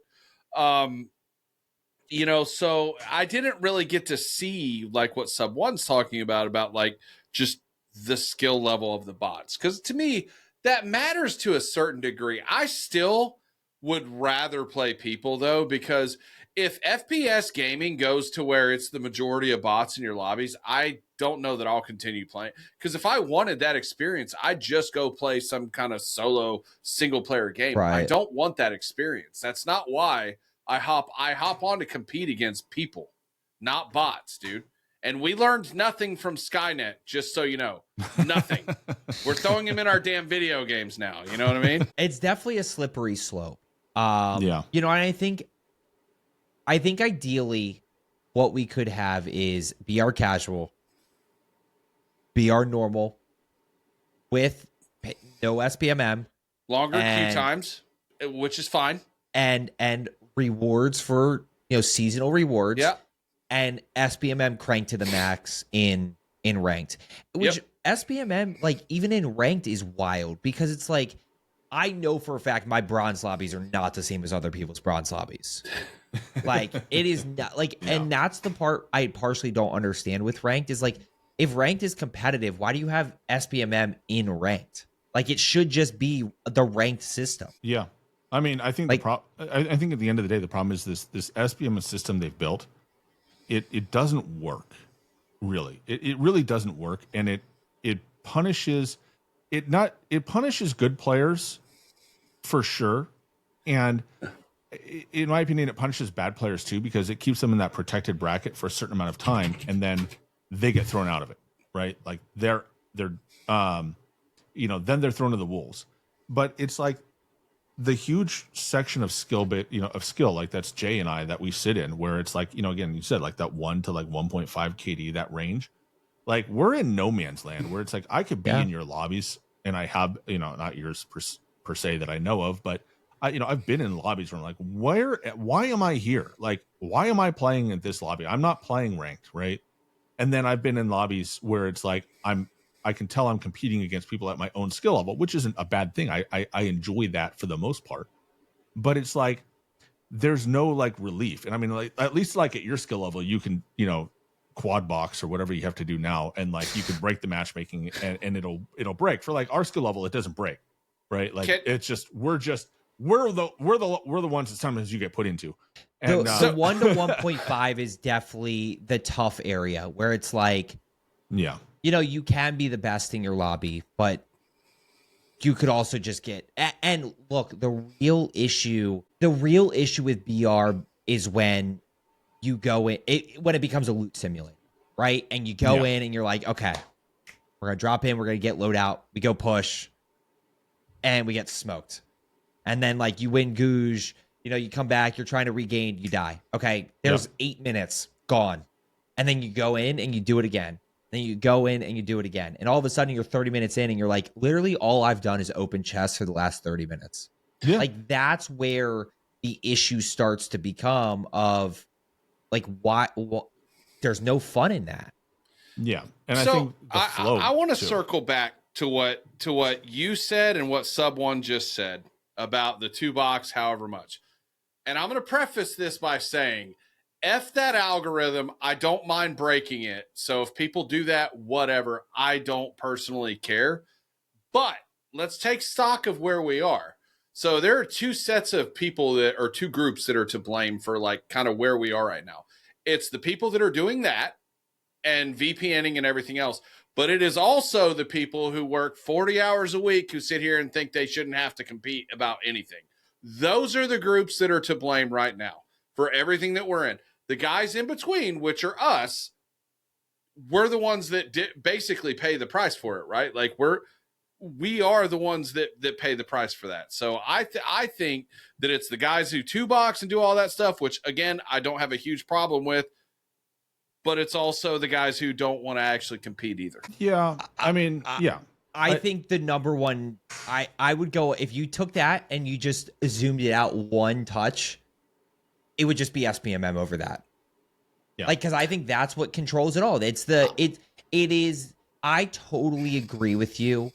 And I'm with you. I think there are deep societal issues. And I've said this on stream, like, guys, I'm not getting into the societal issues around participation trophies and whether people should get better or not at video games. Like, that's a deep-rooted society issue that is way above and beyond video games. It has nothing to do with Activision, right? That's people's decisions in their lives. But I also think that, like, SBMM absolutely, you shouldn't have to drastically improve and have this crazy improvement to be able to like have fun at a video game when you work and have kids. But look at like all three of us, right? Sub and I are in the same skill bracket, and then there's you that's like way the hell over here. The three of our experience is basically ruined in the name of retention. So yes, it starts with Activision for sure, but then if you really drill down and like look at it, it does come from, you know, the people two boxing and doing all that fucking nonsense all the time, and then the other guys are like, I don't think I should ever have to play anybody that's north of one of these fucking casual bots. You know, like it's that part I disagree with. I mean, hey, if any of you guys have said this, I'm going to call you out on it and that are watching this. But like, if you ever utter the words BR casual is getting sweaty, this might not be the game for you. It might not. It might not. I agree with you. I'm sorry, but like, they're holding kill race tournaments in that though, dude. I mean, I do think it'd be a pretty epic video to put Biffle and Shifty in a 1v1 kill race in a BR quads casual and see who wins. You know, it's funny because I looked at I was looking at it in terms of like the lobby versus like, you know, what happens if you take the same number of people that would fill a lobby and you put them in BR casual, right? And like how that affects it. Because people were like, oh, you know, you put Biffle, you know, you put one of these kill races in BR casual, it ruins the game for like everybody. Like it ruins the mode somehow. And I'm like, well, if you take the same number of people that it takes to build a 150 player lobby, so 150 people, right? I can math. And you say, all right, here's what we're going to do. We're going to put them into casual. You actually are going to dilute that 150 people by 2,000 people. It's 23 lobbies. When you take one lobby of regular players and you put them into BR casual, they create 23 lobbies, right? And 23 lobbies times 150 is a lot. And so like when you look at like how many people are actually going to be in like you take 150 people and you just distribute them across that gap with all of those bots that fill it out, right? Like you just can't ruin the mode for that. Like you cannot ruin the mode. Like you might ruin it for like 12 people for like 1 minute and they'll hop into another one. But it's like the number of high tier players, again, going back to that, it doesn't increase, right? It's not like every lobby is going to get a Biffle in it. So if you're doing this stuff, and this is kind of like, to me, it's a litmus test of whether a no SBM, because anybody who says there's SBM in this, I disagree highly. That there's SBMM, like as we know it, SBMM in casual, right? And so if you say, well, we're going to do this kill race, and you say, all right, 4 people that would normally be in a lobby tearing the lobby to shreds, right? You put them into a casual lobby, and then all of a sudden there's 22 other lobbies that don't have those 4 people in them. right? It's optics and perception, man. It doesn't I mean, matter. that's what we yes, it fucking Because does here's the matter. thing. They did that and nobody noticed. Like there was no clips and no video of like people getting slammed in a kill race, which is because everybody shunned them, dude. well, then it solved itself. Like that to me is like one of those things of like, nobody got slammed. Nobody produced any evidence or video or claims of getting slammed in a kill race in casual that I'm aware of. And nobody like everybody made a fuss over it. And then all of a sudden nobody noticed it. And so it went away. Wait, did they do a kill race? Yes. Yeah. Someone tried to do a kill race tournament. They were doing a kill race tournament. But this wasn't like this was like a one of the some third party tournament websites. Yeah. But it's my point of it is, while on the surface sub is 100% correct. It's not like a big deal overall, but corporations look at how they look, how they address certain issues and things like that. So PR, like perception, it matters. I mean, I think if Activision so if cared the perception about their PR, is we'd be in a different scenario. I mean, because God forbid we upset casuals. So, if the perception is that that's going to happen, what do you think is going to happen? But, they were going to cap out the mode, those kind of things. So I agree with you actually on what you said earlier about capping out that mode. I think they should, or at least limit how many matches you can play of that if you have a certain KD. I don't disagree with that. I don't disagree with the number of games if you're going to have a full playlist. But again, this is where like, I think Activision is when they said they're experimenting, I believe it. I believe that they're looking at things and they're trying to figure this out and say, how do we keep everybody happy? And yeah, I think it goes both ways. On one hand, it's like, yeah, technically I ruined the experience for potentially 26 people in BR casual solos. Like, yeah, you could absolutely make that argument. One person got a win. Don't forget that, just for the record. One person did get a win, and I gave it to him. Yeah. But so you could absolutely look people at had a bad day. Right, but but then on the other hand, like I'm not queuing into a different game mode where I might be ruining the experience for 30 people. Or, even in those scenarios, like one player like you in a lobby who's like, a standout changes the way the lobby flows, right? Like there's, if you're ripping it up in farmland, right? People that aren't, that might see that would steer clear of farmland. There's a lot of stuff going on, but like going back to that model that I talked about, like when I talk about taking the bottom percent, like off of it screws the whole thing up. I'm not just talking about SBMM, putting them in protected brackets. If they quit, it screws everything up too. Yeah. Right. And so you have to somehow retain that. And I think, going all the way back to the top of the episode when I talked about like, the player count, right? And I like the drop from November to March, they're trying to retain that extra player because that's, I think, where a lot of the low skilled casuals are, right? They show up at the beginning, they play for a while, they have fun, and then they leave because it gets too difficult, too sweaty, because honestly, they probably earn their way out of protected brackets and are thrown to the wolves, and all of a sudden it's not fun anymore. And I think when you have these sort of scenarios, like, and you're messing with the with the bottom percent of the player bracket not being there, right? It really impacts the other 80% of the lobby of the player base. And I think that's what they're trying to fix. That's what they're trying to solve for. And that's, I think, why they've never been able to get rid of SBMM, because they haven't been able to retain the bottom percent of the player base. So it would be a bad day for everybody anyways. Yeah, and I think it just completely shifts the bell curve. I have always talked in a lot of hypothetical and arbitrary numbers, but I think having actual, like,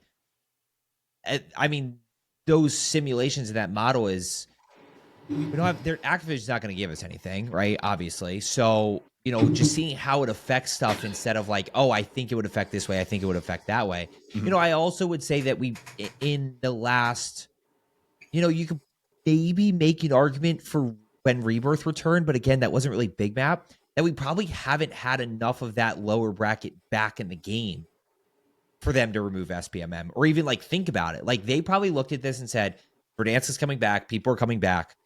We How do want we- them to have an easy experience. We want them to have a good time. We want to move away from SBMM. Like, what are our big issues right now? Player count. We need to get Verdansk back, and people are miserable with SBMM. So, like, how do Yeah. we check all of those boxes? Well, Phil Spencer, like even Sub has said before, Phil Spencer is on record as saying he doesn't like SBMM as it sits. I wonder what his KD and COD is. I don't know.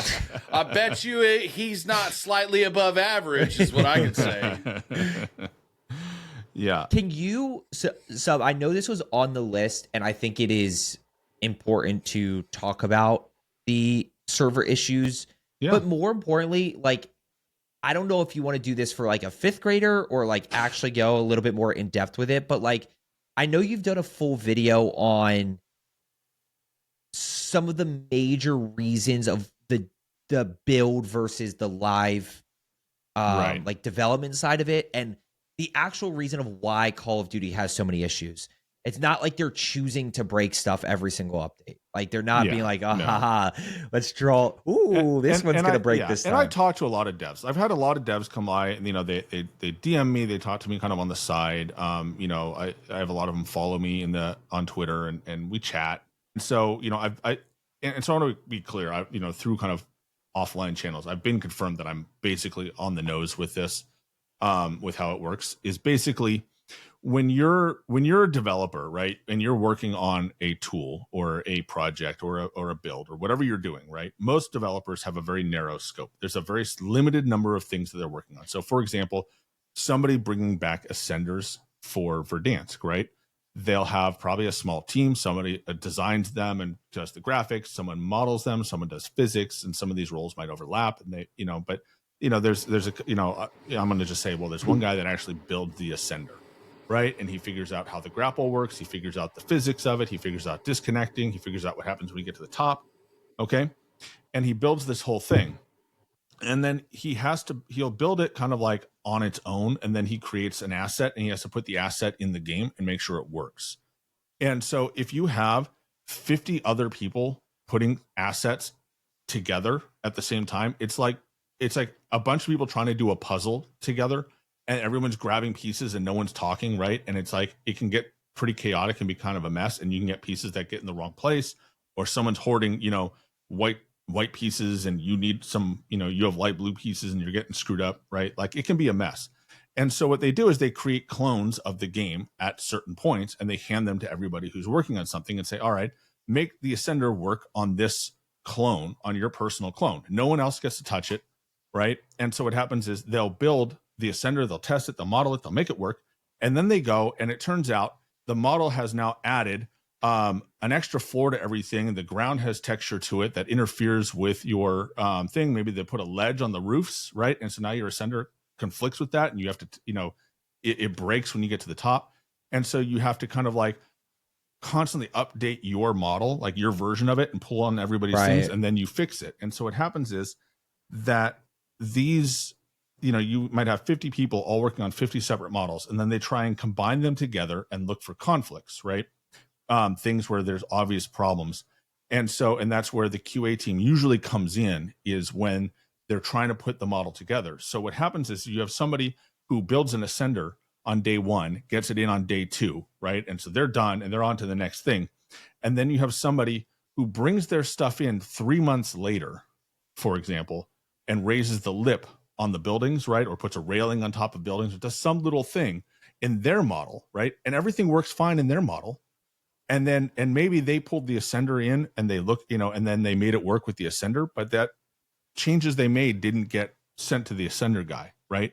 So then they put those two things together, and now you have a conflict. And now things like that are pretty obvious conflicts, right? But what you end up with is all these interconnected things, because now you have a guy who said, well, I'm going to create a breeze that moves the wire a little bit on the Ascender. And all of a sudden that creates a conflict with somebody who colored the Ascender on the top, and it like spazzes out.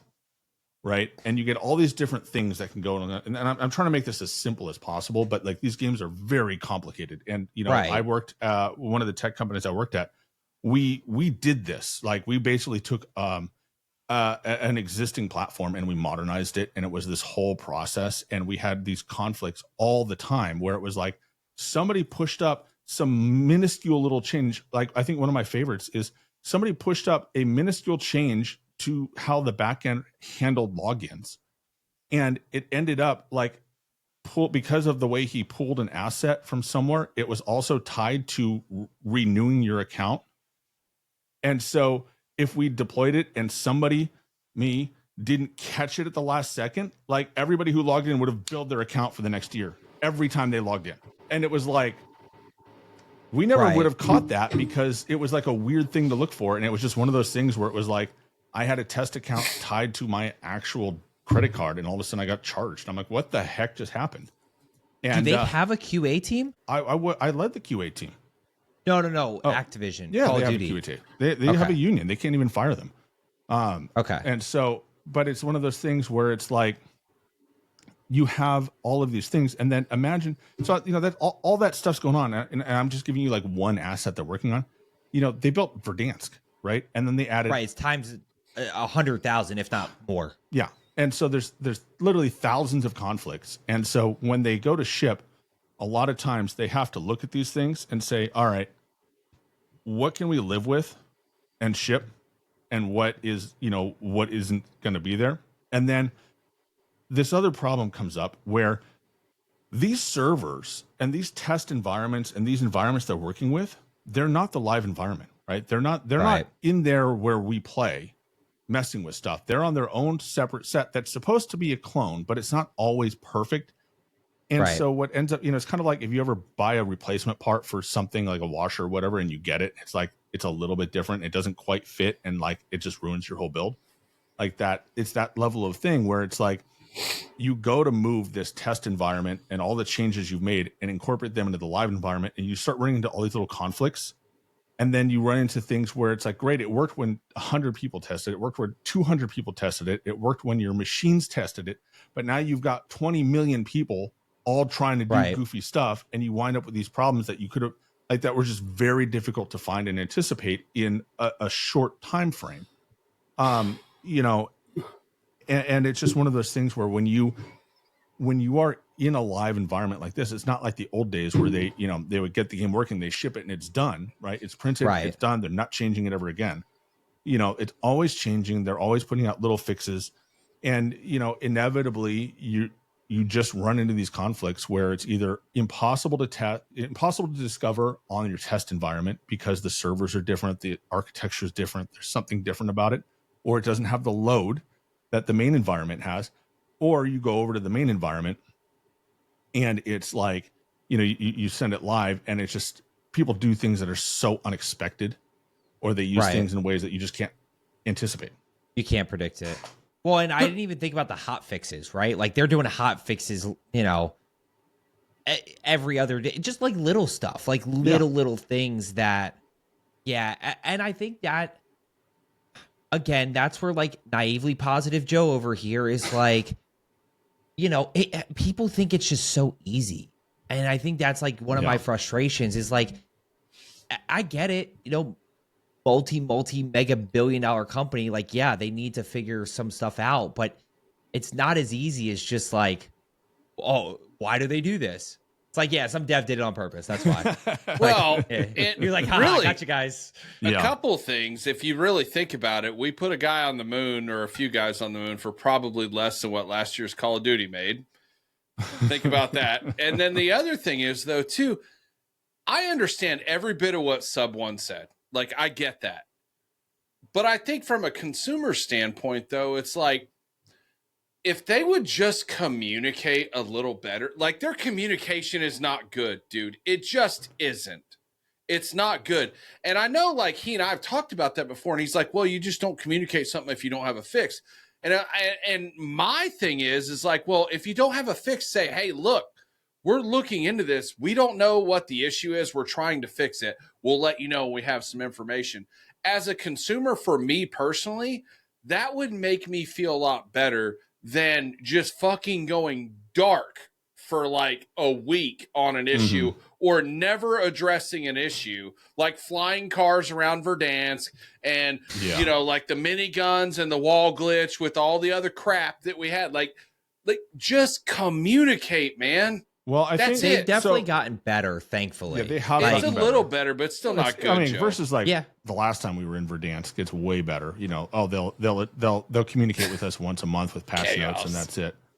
I think one thing they struggle with though is like I agree the communication's important, but like go look through the responses of them saying we're looking into a fix about this stuttering issue, and it's like they just get there's zero grace for them, bro. They get here. You know, I'm gonna point to a very hang on, sub. This is what it is.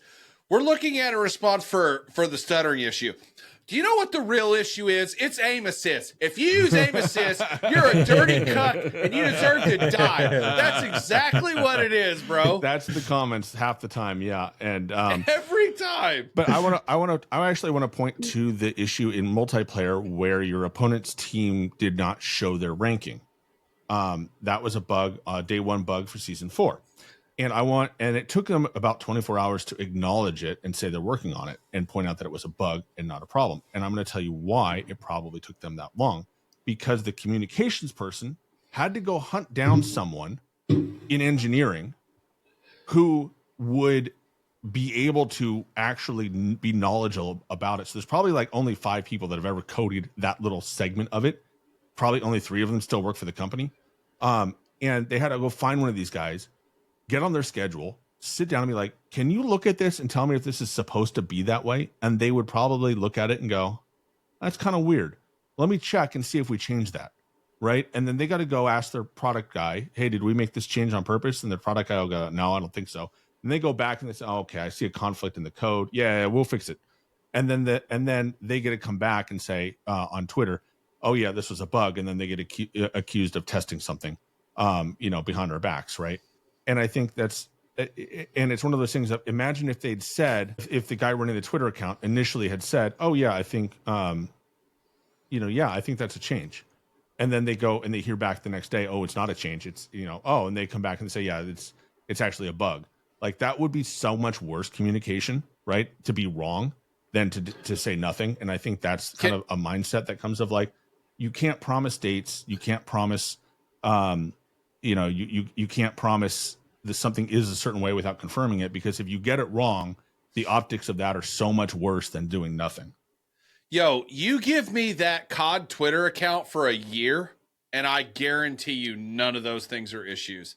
I guarantee it. I guarantee COD would be in so much litigation if you had access to the Twitter account. I don't think so, because guess what, dude? I don't overpromise and I don't underdeliver. No, but you do talk shit. No. The Cowboys would love you, and you would lose Jesus every Christ, Eagles why are we fan. bringing that up, dude? Come on, stop bringing they're trash. But no, my point is, no, I 100% would not, because you know what, dude? In my job, dude, I never overpromise anything, and if I don't know the problem or what the issue is, I'm going to tell you we're looking into it, but I don't know what it is. Yeah. So you don't have to be... Listen, nerds want you to be specific. Normal people like myself, I don't need specifics. I just need to know you're working on it. That's all. But but my point is more of less about whether or not telling us we're working on it, and more about finding out whether it's something that we have to work on or something we forgot to put in the patch notes. But nobody cares about the nuance of it, dude. But the casuals, the casuals, they don't care. They don't care. But they just want to know the game works. No. But right? what matters is that when you make that statement as a company, everyone's going to go with what you say first, and it's not going to matter if you go back and try and fix it, because then, I mean, just look at what waiting did, right? And how many people jumped on a conspiracy saying, oh, look, they were testing this, and there's a whole narrative behind why they did it to keep people from quitting out of lobbies, right? And look, could that be true? It's possible. I can't say that it's not true, but from a development standpoint, it's unlikely you do that without doing some sort of A/B testing, right? Like you would do it in some lobbies and not, and it was an everybody problem, right? And you would have these things, and you would kind of like observe it, and you wouldn't just say nothing, right? You would say, oh, I don't know. My point is that, these sort of things come up and there's no winning for it, but there's definitely different degrees of losing. And they could have lost big by making the wrong statement up front. All I'm saying, give me that account for a year. Give it to me for next year. Give it to me for next Call of Duty, and I guarantee you, it's not as bad. Activision, we have a volunteer for tribute. I'll do it. I think the stuttering issue is fixed now. Like, do you have any idea what that was? Because it wasn't a server issue, it was an FPS issue, wasn't it? But Joe, why do we care? We care if the game works or if it doesn't. Like, why do we care? It depends on whether. I mean, why you it would and matter. I do. We play a lot, right? Yeah, but I mean, it matters because if it's a fundamental problem that's going to take, so there's things like, remember the stim glitch back in the day with just every update it was back. It would always be back. It's back. It's back. And I think that's indicative of there was something wrong, problematic with the stims at a fundamental level, and so they kept patching it, right, and it kept coming up.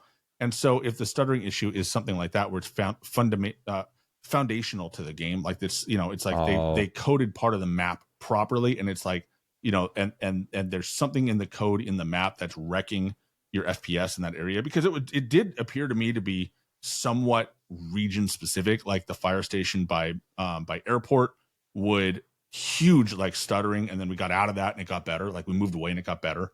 Some of the people say, I think it's tied to airstrikes, right? And so I saw that. So a lot of different theories, and it could be all of them, right?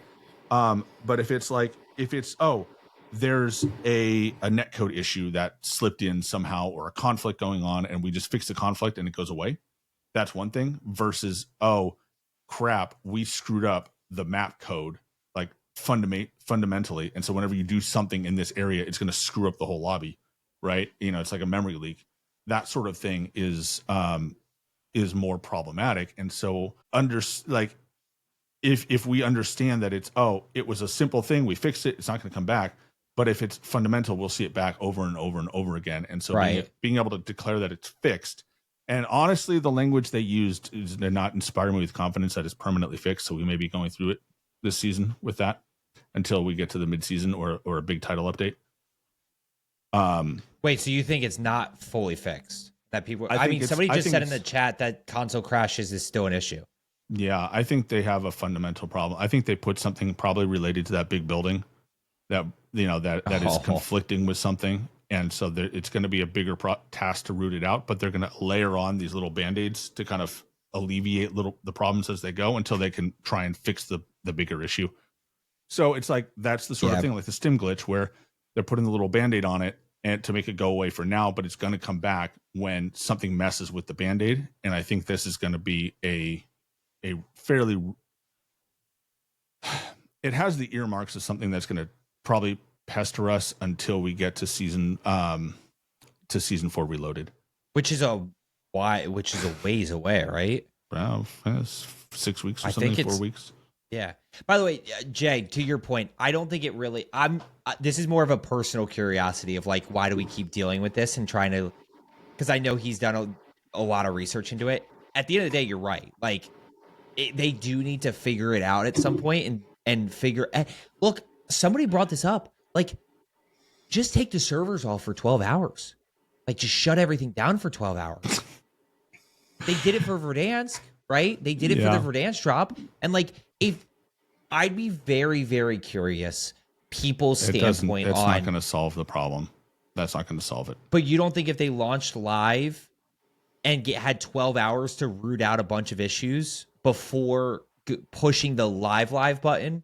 It depends on how many people they have to test server loads and how many, so it's like, because, right, because how many people still have the million person issue. And not only that, things like, it's like, and you, for example, right, you haven't had problems for the most part. You've had, you said very limited problems. So if you were testing it, you would be like, this is great. I don't have any problems. Ship it. Yeah, I got chastised yesterday because I said I had fun. But like, I said I had fun. Apparently I wasn't allowed to. Yeah. Other people have run into it, it's unplayable for them. Right. And so it's like, it depends on who you get. And and sometimes the person who it's unplayable for, right, that's not normal. Right. I've had a problem, since since Urzikstan dropped in BO6, I had the problem of I had just unlimited packet loss, 30% in most games, like anywhere between 7 and 30% every single game, and it didn't matter what I did, right? And my experience was abnormal, right? So if I took my experience and said, here's the state of the game, fix it, everybody else would be offline for my problem. And so, and the thing too is like, it's when you take them offline, it doesn't mean that you're not going to create the problems. Like you're not going to fix problems. And it's something that, I would run into when I worked in tech. Thursdays were update day. We'd take the site offline. We'd take the company offline. We'd update everything. We'd test the bejeebers out of it. We'd ship it, turn everything back on. And sometimes just the act of turning it back on, the process of the things coming up and the order in which stuff turned back on would break things. And there's no way to test for that without taking it off and turning it back on and taking it off and turning it back on. And it's just not practical. Can't do.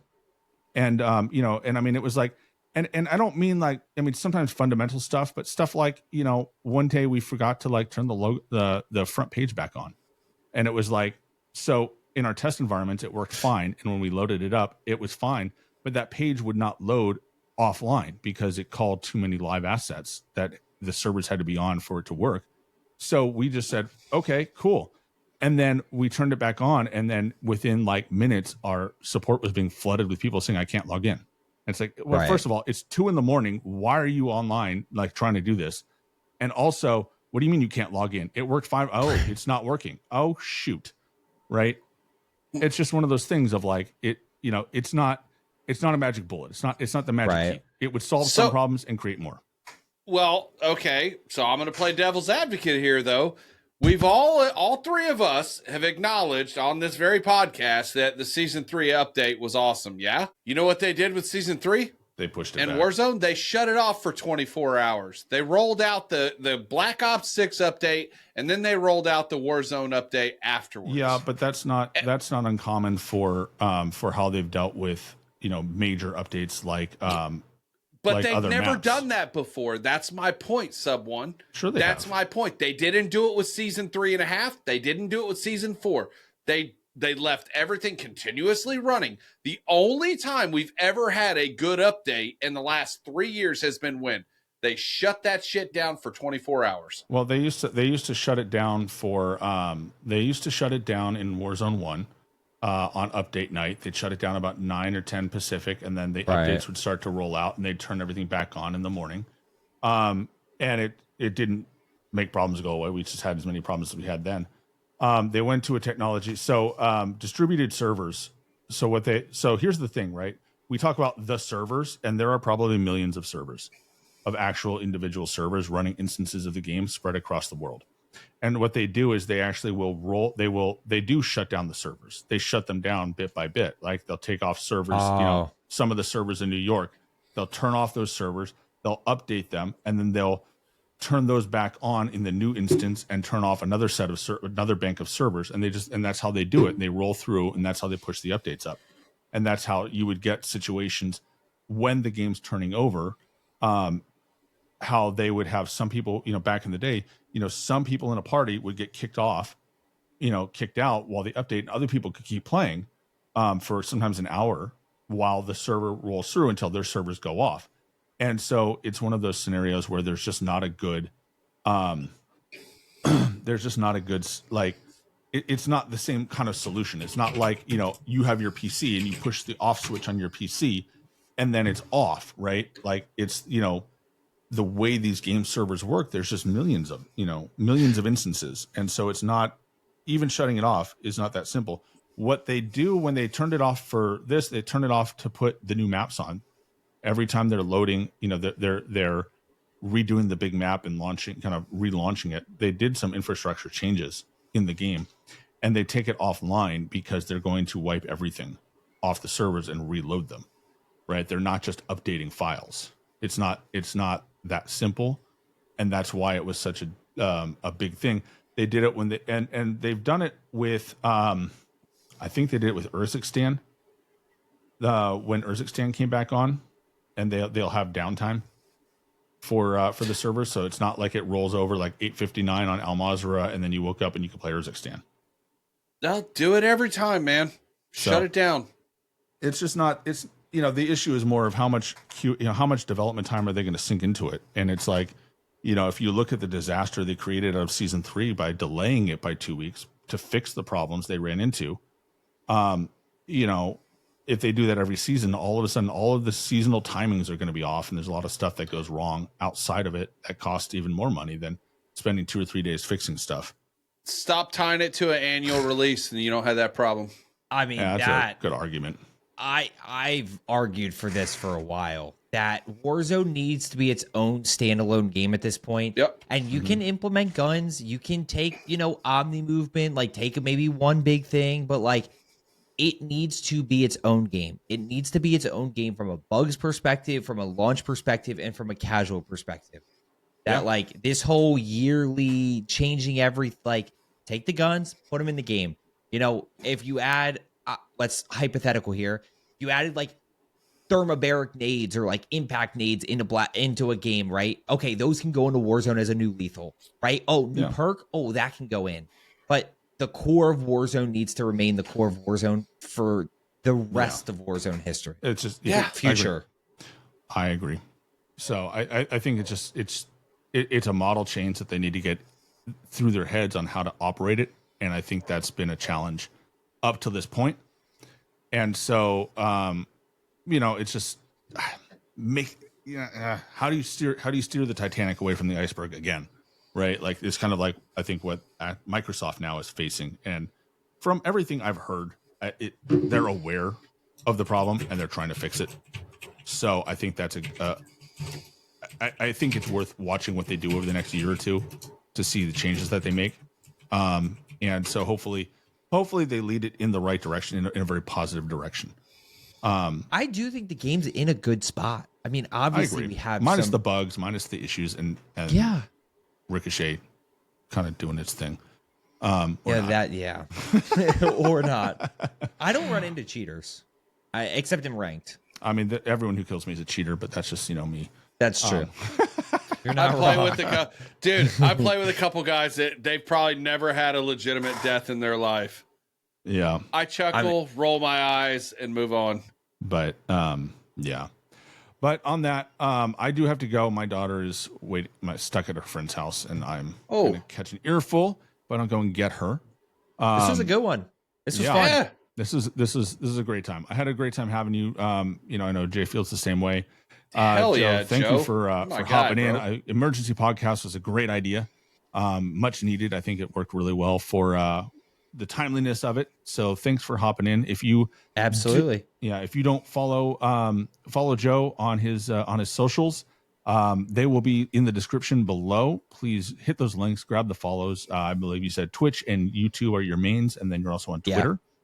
Of course, Jay and myself, Jay is on Twitch and Twitter. I am also on Twitter and on YouTube. And so drop the follows if you get the chance. Thanks for rolling by, man. Really appreciate it. And everybody, we're going to catch you on the next one. This has been Sub 1 Kitty, along with J007 TV and the Slightly Above Average Gaming Podcast. We're logging off now, so we'll see you next time.